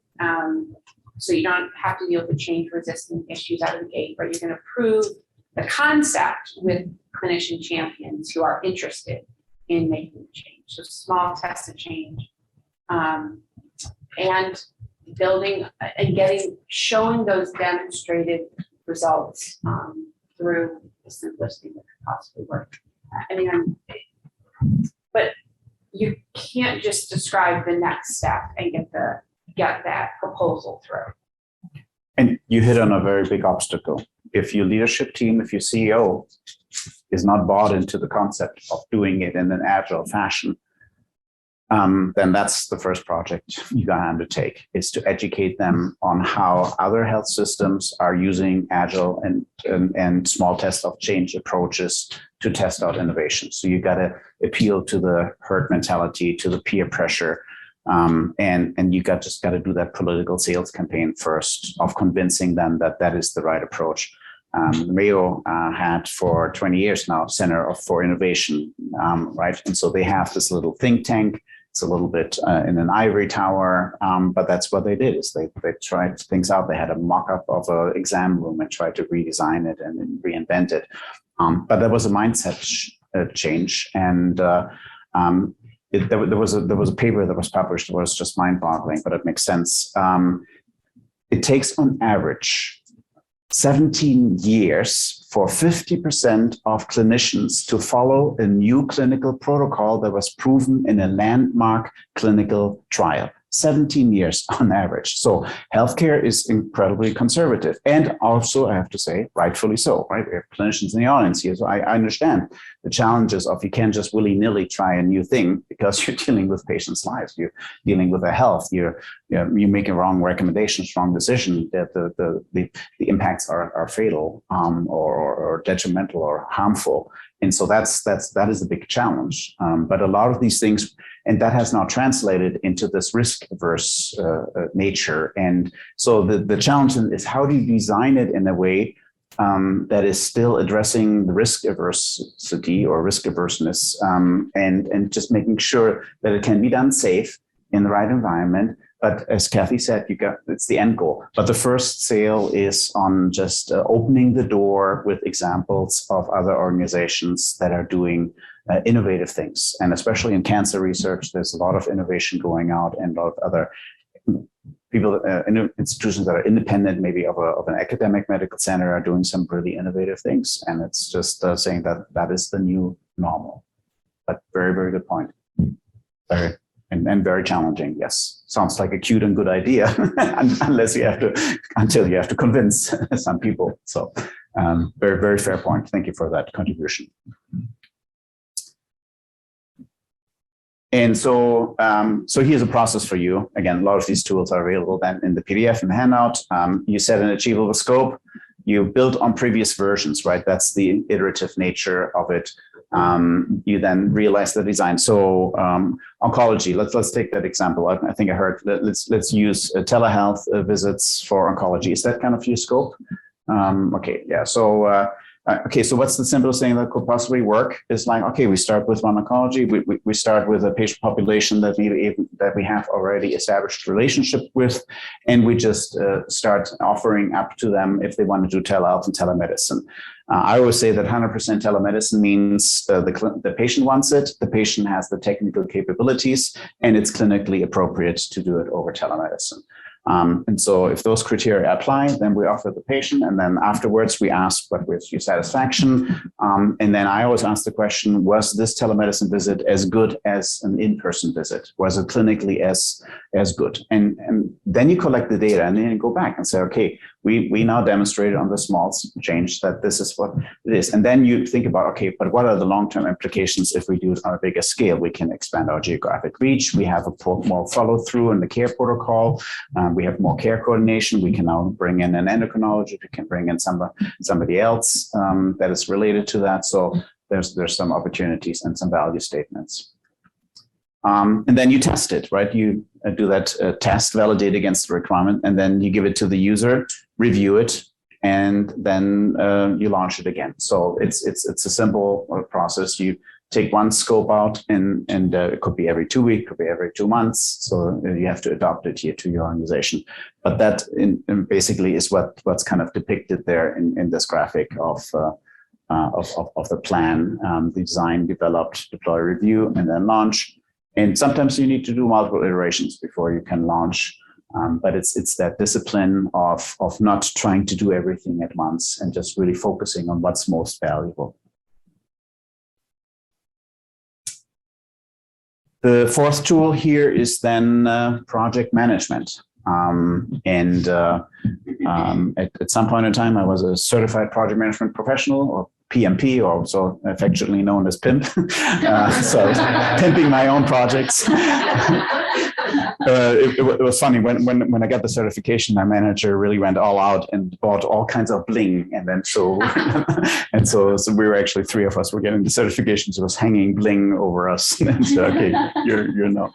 So, but project management is so key. And now a lot of you may be doing some project management, but I want to point out especially a few phases here that are not really done well. The initiation phase, right? That verification, that building the case, what I mentioned in that evaluation phase, that's oftentimes that's very much skipped. Some people make a plan and then they execute the plan. So this is what most project management looks like in a lot of organizations we work with.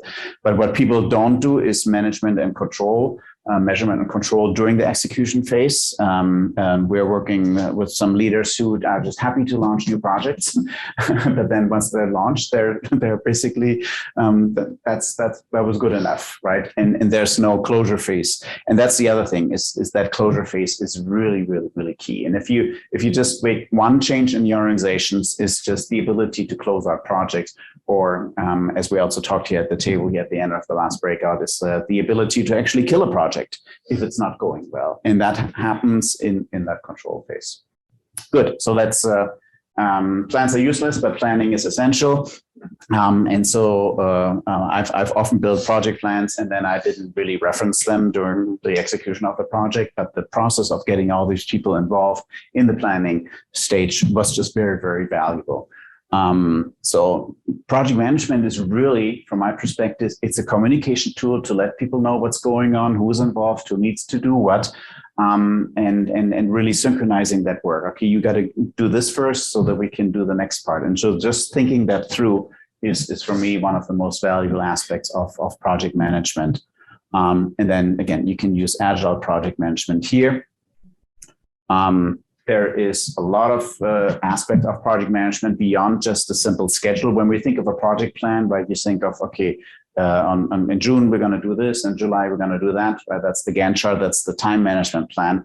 But there's a lot of things on there. So I would highly recommend that your organization invest actually in project management certification, not just in IT. There's a lot of IT departments who have some certified, but outside of IT, it's even more valuable to have operations managers to understand how to really do project management well. And so there's some great education out there. It's project management has been established as a formal kind of discipline for since the late 60s. And so there's a lot of good body of knowledge out there, especially and also in healthcare.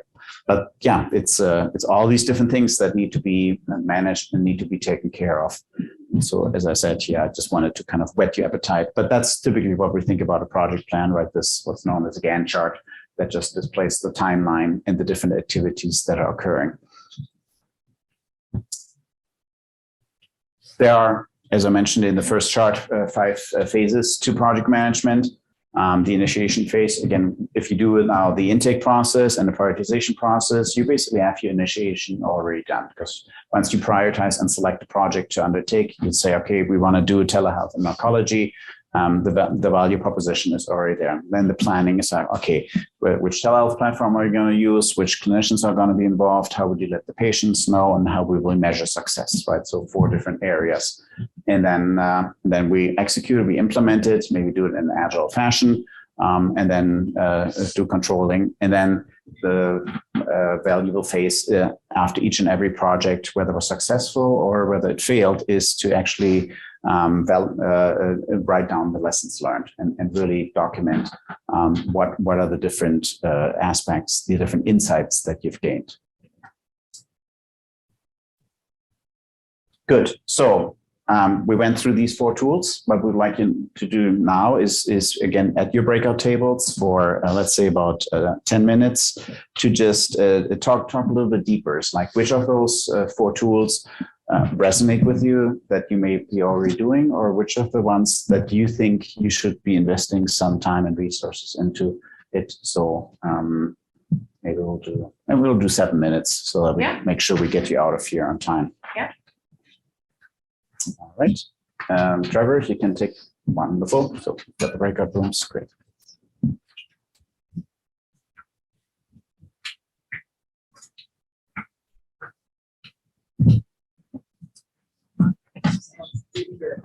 We're actually about to start. So we've actually got to go up and make sure I'm as far as I got 3 largest sites. One is very high tech, high skill user, and another is not. And that we purposely our goals is how that. I think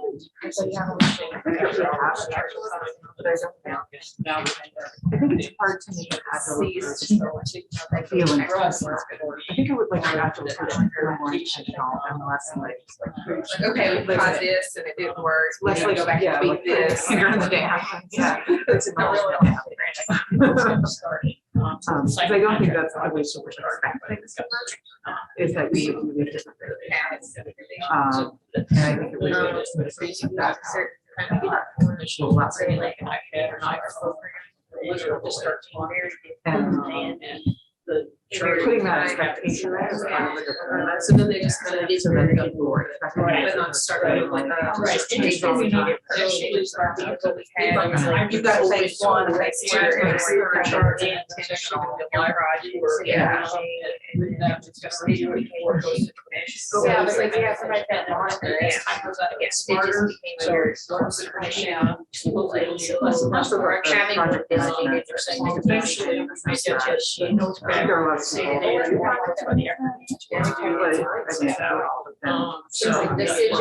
Somebody's going to do that well. Yeah. Hopefully gets harder when we start. Yes, we do. I think project how so we have our telehealth. It's going to be a little bit more pulling out of the complex. All you know, when requests is that I see that you want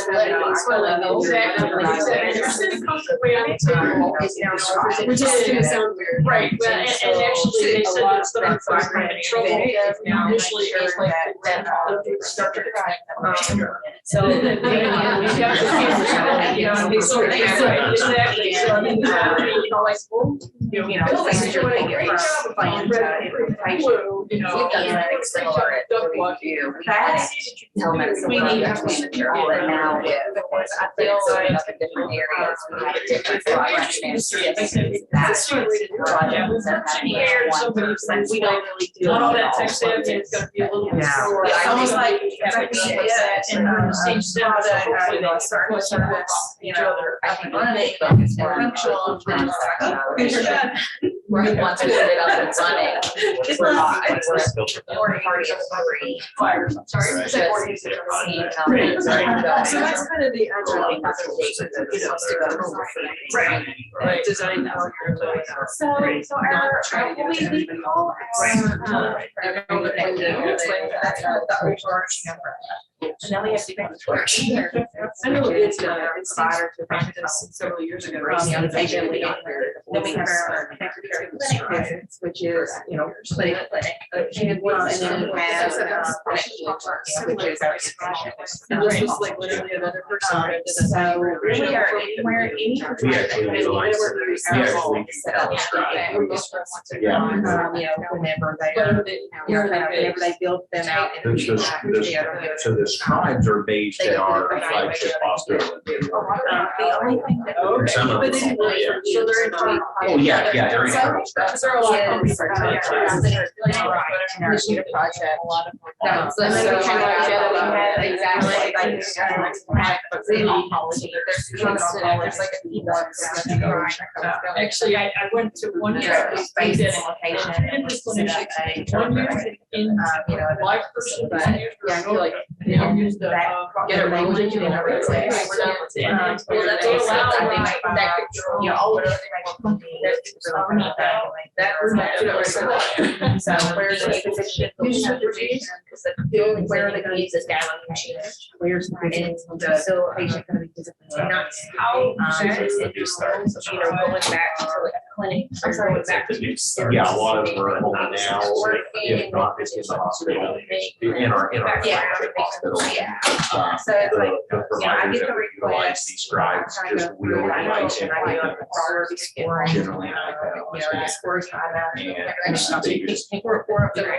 we, Or there's they also just- access they to support change. each other. It's not. Because fun. of lack of We set up support that they have in their for buildings. years, They're so providers, just work out straight to- privileged, right you know, they describe it basically they are. support. Actually,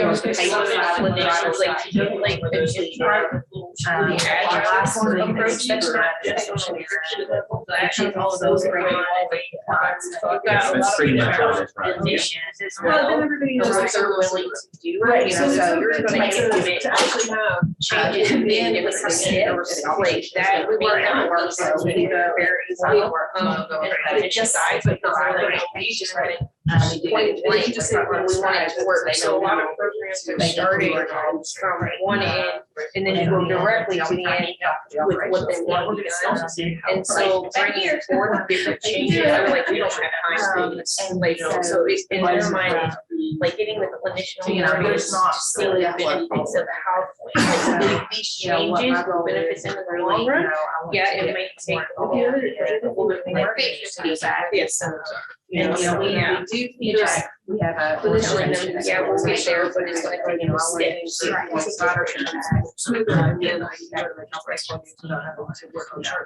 Incidents that happen. That's not a clinical case. I know, what the problems is that, so I get that work with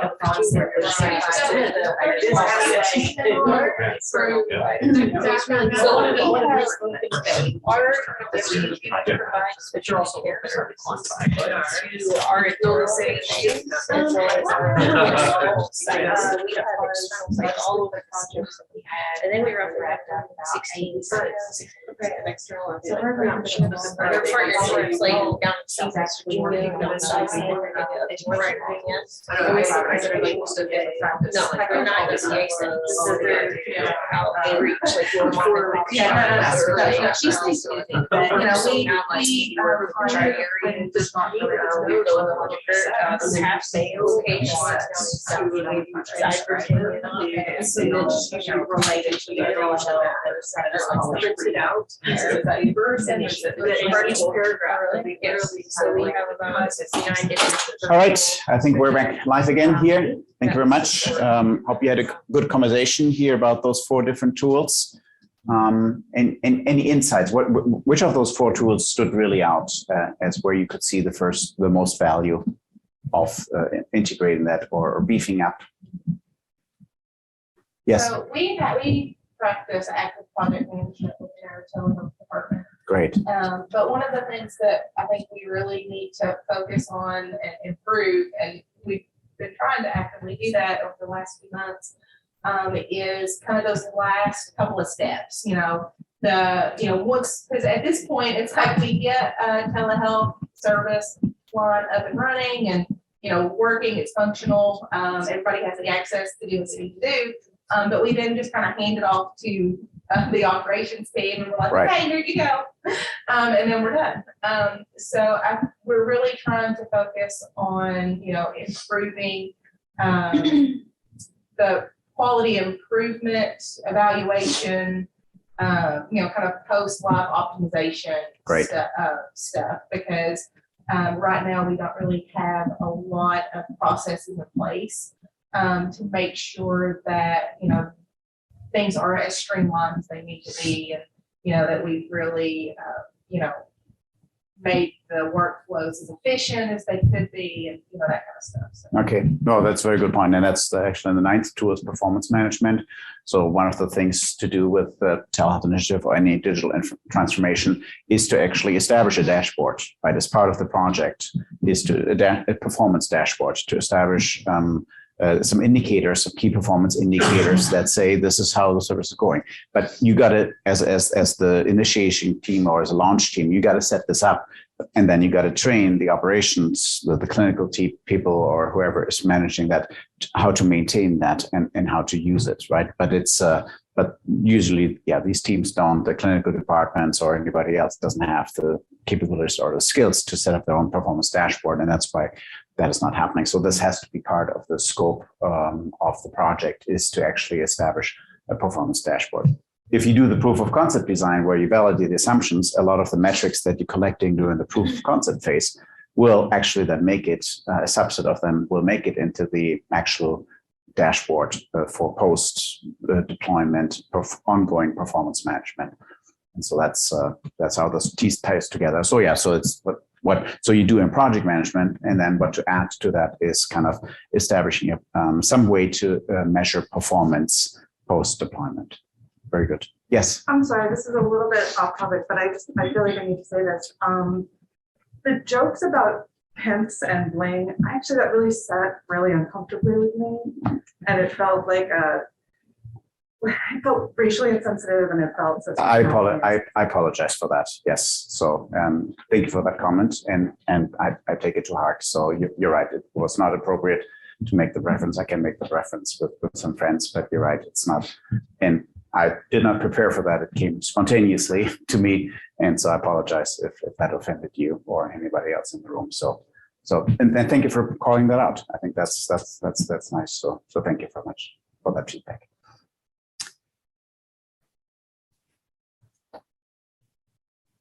So bringing this now back to the hallmarks with regards to the different tools, we had the prioritization funnel, we had the project management tools. A lot of these you can already find here, the systematic project management. It's a disciplined approach that is part of project management. We had the prioritization funnel that we've talked about before. Any other hallmarks that you want to point out, Any other ones Kathy? that you all see that these tools relate to? Any other pieces? Certainly the optimizing, the continually optimizing that you referenced as well.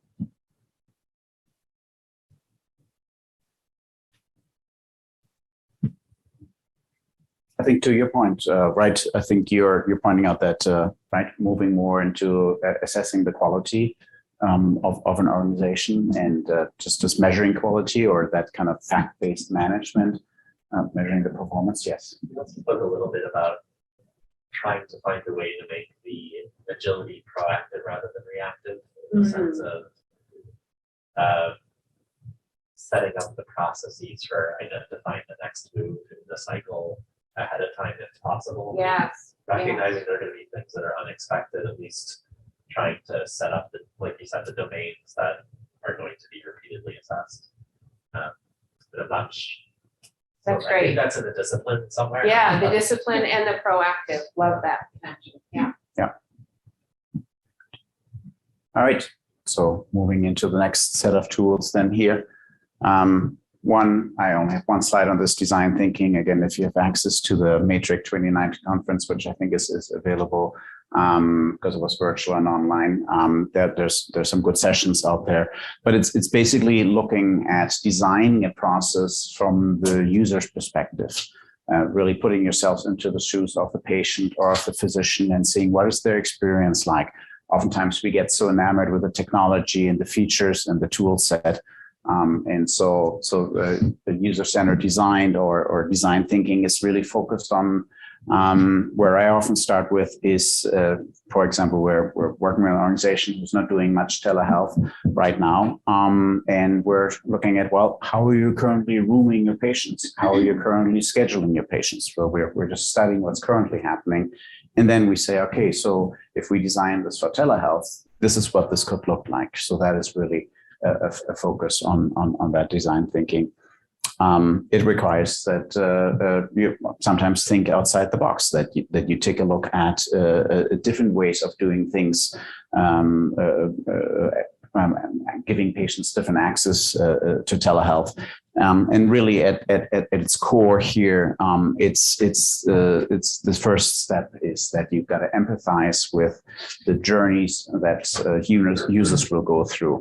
And that, I think, was one of the biggest downfalls of the EHR, because nobody focused on the clinician experience. Nobody focused even on the patient experience. Even the patient portals that are out there, I think, are really bad. They're now getting a little bit better, but it feels like nobody sat down with the patients and said, hey, if you want to get your physician notes, what would you like this experience to be like? It was some people, other people thinking on behalf of the users, and usually we don't do that very well. And it also goes hand in hand with an agile approach, right? You design, you ideate, and then you prototype, and you go back, and then you validate. But so again, integrating the design thinking into your approach of designing of the solutionization phase, that is one of the aspects that one of the tools you can also leverage. Next process is process design. And so I've been involved in process design for almost 30 years, and I love it. And one of the great things I came across 25 years ago that somebody taught me is to, when you do a process design, if you've ever done one, you get so sidetracked about all the things that can go wrong and all the exceptions and all the different things. And so somebody told me, said, well, just focus on the happy day scenario, right? So just focus on the things that, how it should be working, like 80% of the time, and do that. And so we're going to do a little bit of exercise here together. We wanted to as a breakout, but I think we're going to do this interactive here, so I need your involvement. And if you want to participate in the virtual audience, just unmute yourself and just shout out your answers here. But what we need first for the process design is kind of what is the trigger, what caused this process, what started this process. And so that's the first step. And you can also track along in your handout. We have the happy day scenario exercise there, so you can write down the notes as well. Then who's responsible? What are you doing there? And then also, as I just mentioned, as is analysis. So I'm just gonna give you one simple example here from healthcare is so for example, check in the patient is the first step that happens in an in-person care experience. So the front office is responsible, the patient is involved. We have maybe a checklist for the check-in, using the EHR and the schedule. And the alternate scenarios, which I didn't talk about yet, but could be a new patient. Alternate scenarios are things that are variations that you expect, but that typically don't happen, because 80-90% of your processes are the happy day scenario that a patient who has an appointment comes in and wants to not be seen. And that's what you want to focus on your design on in the first place. You want to optimize and design for that happy day scenario. And then new patient, then you can look at the steps. Okay, what are we going to do differently? Second step, wait in the waiting room. So, okay, the patient will do that, and the tool that we're using is the waiting room. And then escort patients to exam room. That's an MA or an RN, and the patient is involved, and we not use any tools, and so on and so forth, right? So with this very simple table, you can very quickly lay out what the process is. And now you could do the same thing for a telehealth process, right? What is our check-in process? What's our rooming process? What are the different steps that we still need to go through in a virtual environment? And so that's now a combination of doing an as-is process analysis and then taking a look at, okay, now how does the digital tool that we have, how does that change the process? Which steps are going to be differently? What are the different variations? So that's another mindset to apply here. And so what I want to do now is I want to have us all go through the exercise of making a peanut butter jelly sandwich. So, and pardon me? I'm exactly Lewis. I'm sorry. And yes, so it has nothing to do with digital innovation, but I just always like to use that as an example. So what is the trigger for making a peanut butter jelly sandwich? What are some ideas for a trigger? Hunger, right? Okay, so and probably hungry for a PBJ. Good. What is the first step? That's always exciting. So what is the first step in making a peanut butter jelly sandwich? Go to the kitchen. Go to the kitchen. I like that. That's good. All right. Make sure you have the ingredients. Yeah. Okay, make sure you have the ingredients, but think about it as an action step in the process. Gather ingredients. Okay, gather ingredients. And then in a process design, we want to be specific. So you gather what? Peanut butter, jelly, Jelly, bread, knife, plate. Very good. But napkin. Okay. So, right. So that's the specificity that you want to get at when you design a process, right? So, the first inclination is say, we might make sure that we have all ingredients, right? Or make sure the patient is checked in properly. Well, how do we know the patient is checked in properly? Or, right. So that's the level of specificity to go in. Okay, so, and now I think we're going to have different camps here. So what's the first step after we gather the ingredients? Open the lid. Open the lid. Open the lid. All right. So yes. So you have to also decide as you design with the team your process, what level of detail do you want to get to, right? You want to just say, now put the jelly or the peanut butter on the first slice of bread, right? So, but open the lid. Open the lid of what? Of the peanut butter. All right. Be my first try. Good. And then the next step? Put peanut butter on the Put peanut butter on? knife. On knife. Okay. And then? Smear the peanut butter on one slice of bread. One slice of bread. So now I'm realizing that we didn't specify how much bread. We said bread, right, in general, right? So now I would go back and say, okay, we want 2 slices because in 80% of the time, that's what we're going to do. We're going to make one peanut butter jelly sandwich with 2 slices of bread. Now I've made a peanut butter jelly sandwich of 1 slice of bread and I cut it in half because I didn't want to have that much, but that was an alternate scenario. So, okay. And then obviously now you put the jelly, and anybody would want to put the jelly on first before putting on. Okay, there we go. All right. See, I always knew that I had somebody in the audience who wants to do the jelly first. So, what is your rationale for putting on the jelly first? It comes off the knife easier. So then you wipe the knife on the other piece of bread. You got a clean knife to put in the peanut butter. See, very clever. So somebody did some process observation. So, and that's what you want to do, right? If somebody now in your team says a different alternative approach, you want to do exactly what I just did. You want to ask the question, why did you do that, right? So, because otherwise you end up with a dirty peanut butter knife in the jelly jar, right? So, and it's easier to clean the jelly off than the peanut butter. So, does anybody put peanut butter on both halves and then jelly in the middle? Or is that a no-no? So I'm not, right?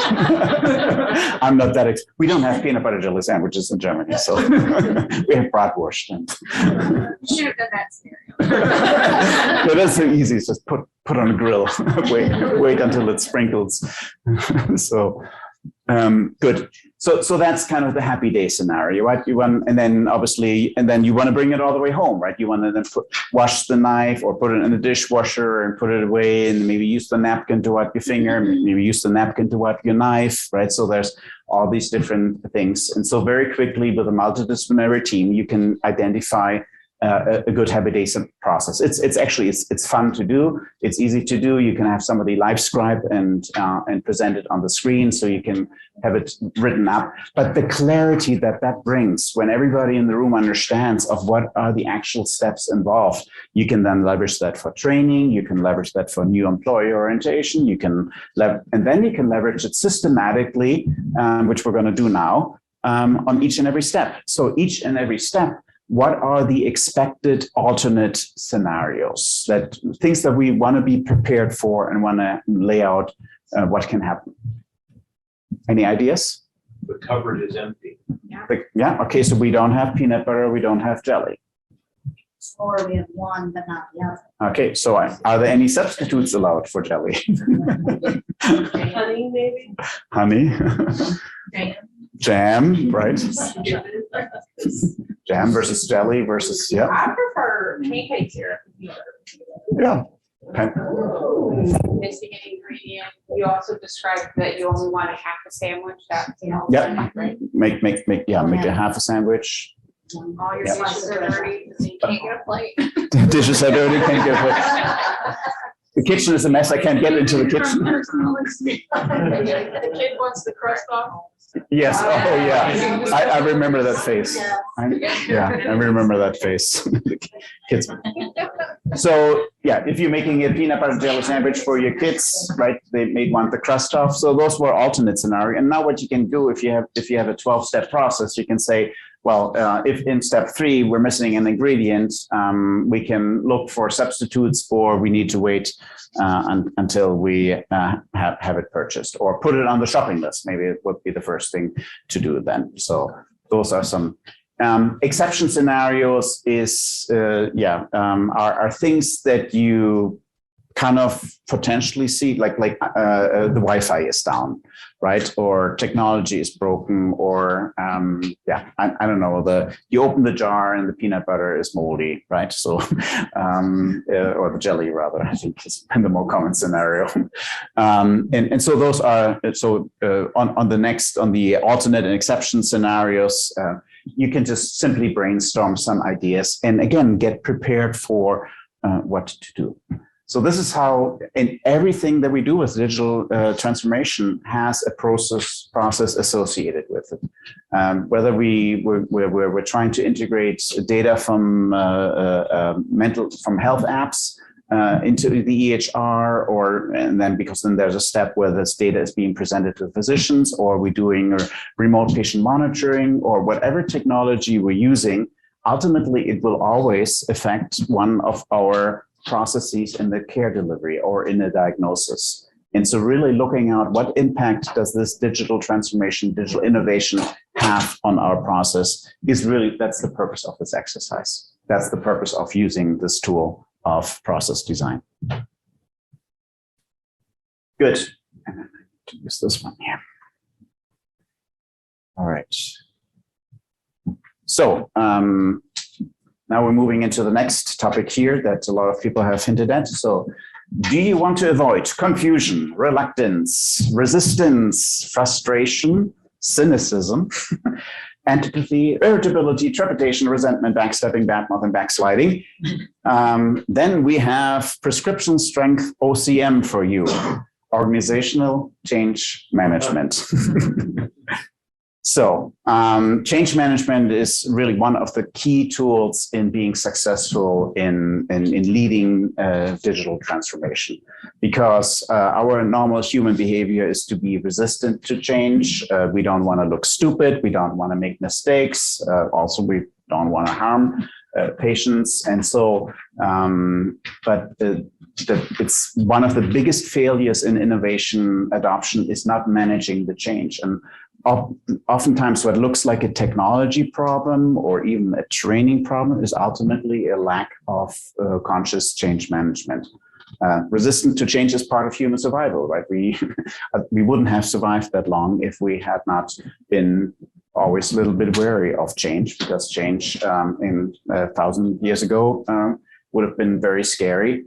And we also, in order to achieve change, we need to appeal to the emotions, the logic, and also social acceptance and hurt. This is why I told the gentleman with the oncology example that yes, if you can find the CEO, some other peers who are embracing agile adoption, then that's one way to manage the change. And so this is really in the world of change management. One of the best tools that I have found to really wrap your mind around and then plan for change management is the ADKAR framework. How many people have heard of the ADKAR framework? Okay, nobody, or maybe a little bit. It's simply an acronym around that you need to raise the awareness about the upcoming change, define the vision. Why are we doing this? Why are we embracing telehealth? Why are we investing in digital apps, right? Why are we doing it? So that it starts at the top. Then we need to create the desire. It's like, what are the benefits? It's like, well, our patients want telehealth. There's other competitors out there that are offering an app.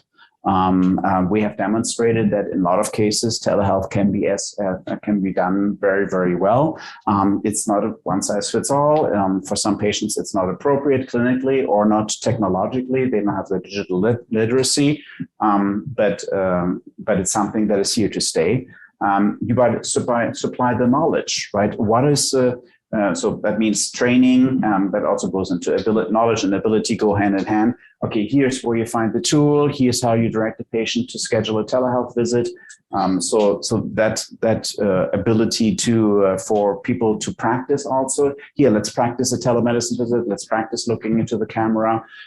We have a presentation in this track on Tuesday morning about doing remote physical exams. So physicians going to talk about how you can conduct a remote physical exam with a patient just being at home.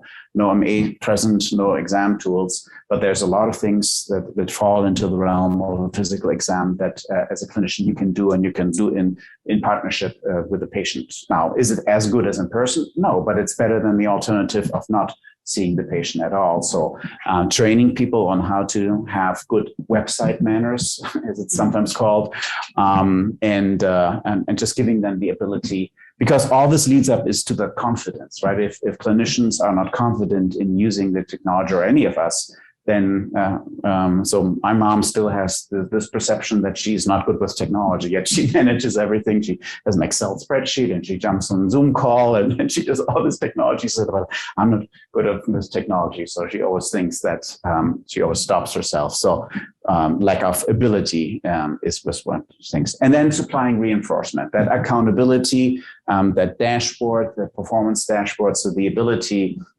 to make sure that change actually sticks around. And so the reason why I like this model and why it has just stuck with me, okay, that's on the next slide. So because if we don't do change management, without change management, they'll become confused or embarrassed or frustrated or reluctant or resistant. And the reason why I like this model is because if you have all 5 elements in place, you get change, as I just made the case for. If you take awareness out, what do you get? You get confusion. It's like, why are we doing this? I thought telehealth was just for the public health emergency. I thought that people now going to come in, so we don't have to do this anymore.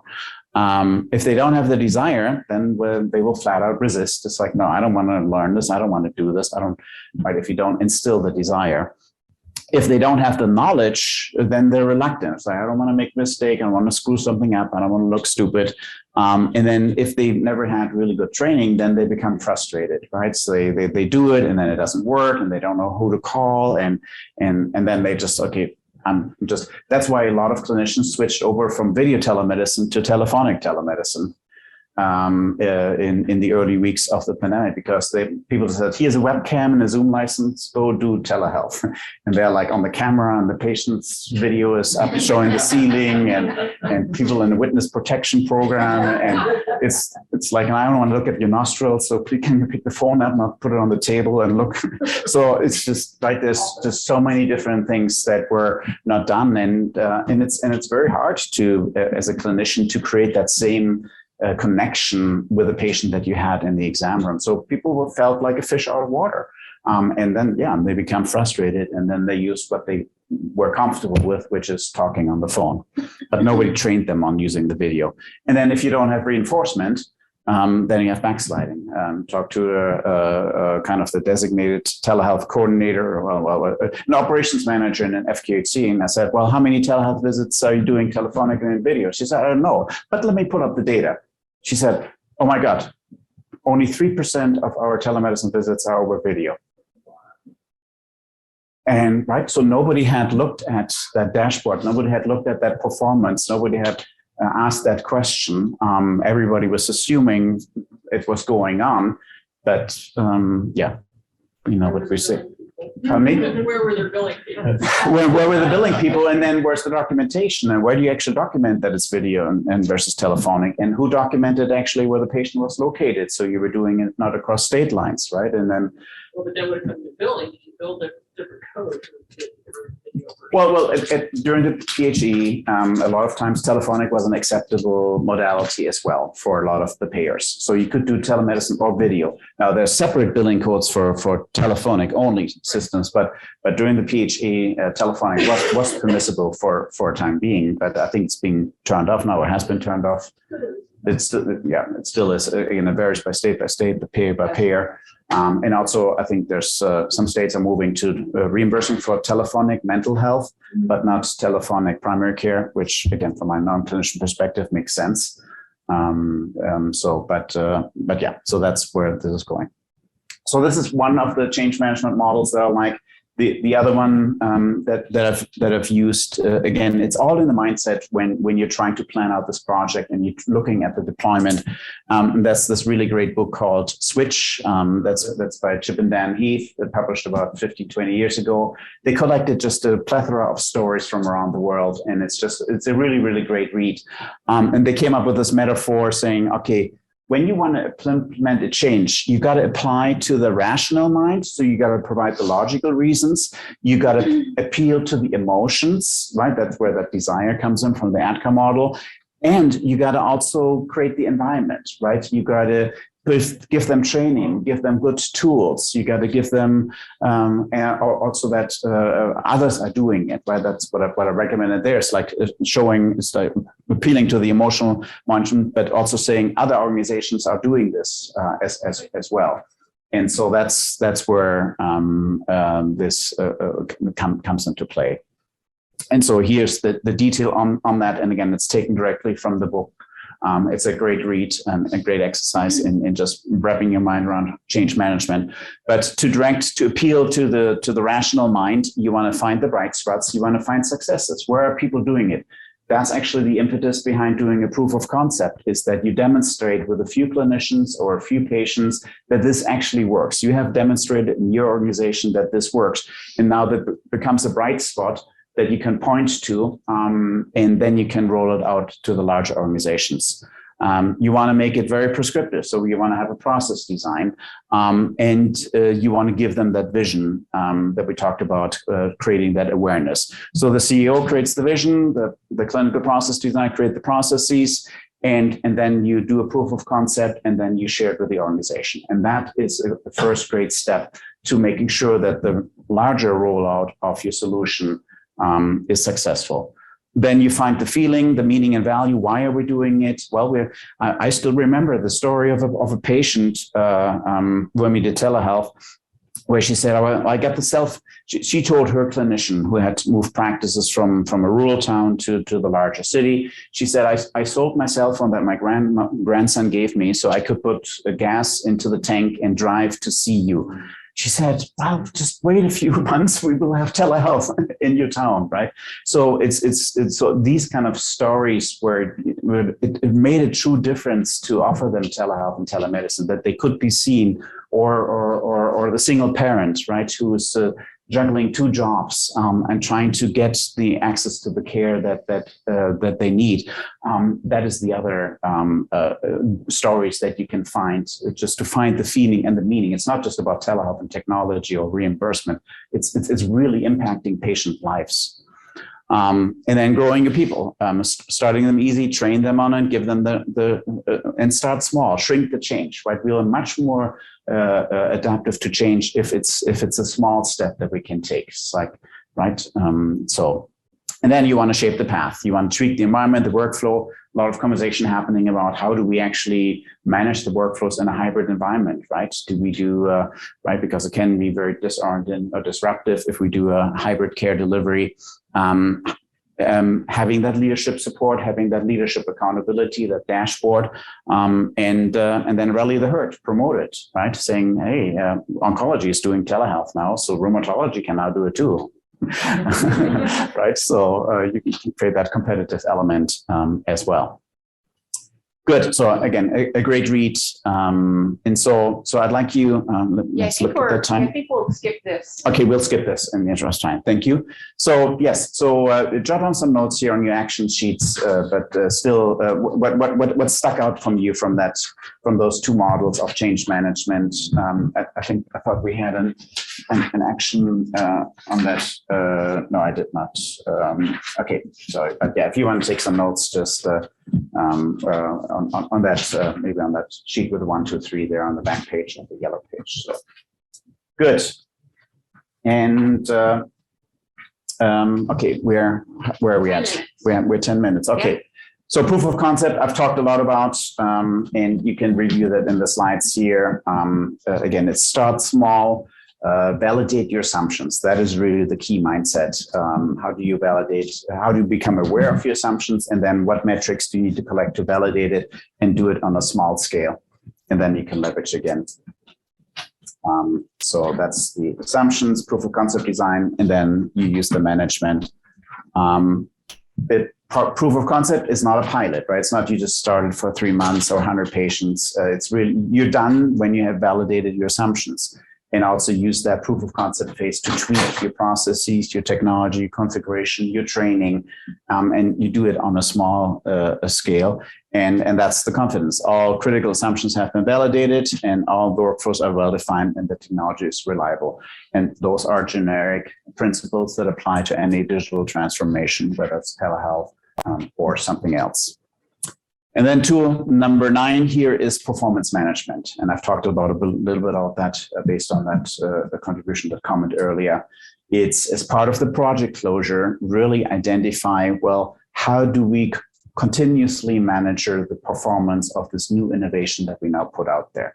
How do we, and it doesn't have to be hard, right? In telehealth, we're saying physician satisfaction every 3 months, patient satisfaction every 3 months. So we do snapshot kind of temperature checking, track your volume by modality, and look at reimbursement and look at the number of technical issues that came up. So 5 simple metrics that can be easily collected and be periodically reviewed. So that's how you then assess performance, and then that allows you then to manage it after managing it. And then we'll talk about this also on Tuesday about leading telehealth optimization. We'll dive deeper into the performance management dashboard as well. Good. So you've seen this slide ad nauseum here, so we'll skip this here. Here are the 9 tools again. I want to get you out of here, and Kathy and I will be around for further questions, or you can also reach out to us after the conference. If you have a conversation, I always love to talk about how do you want to apply this now. So give us a call. We can set up a Zoom call and talk about it.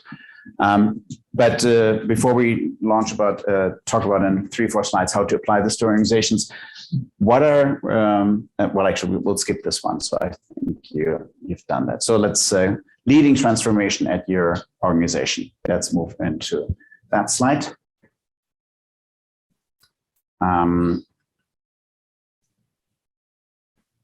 Go back 1 slide there. Okay. So on your action item, just the last action item we want you to just make note of is, what today are your immediate next steps? What are the things that you want to take back and do something about next week, next month, and next quarter? So any kind of key takeaways on your orange sheet as kind of final conclusions. Can somebody give an example? What do you want to talk about, let's say, next Thursday with your peers back home?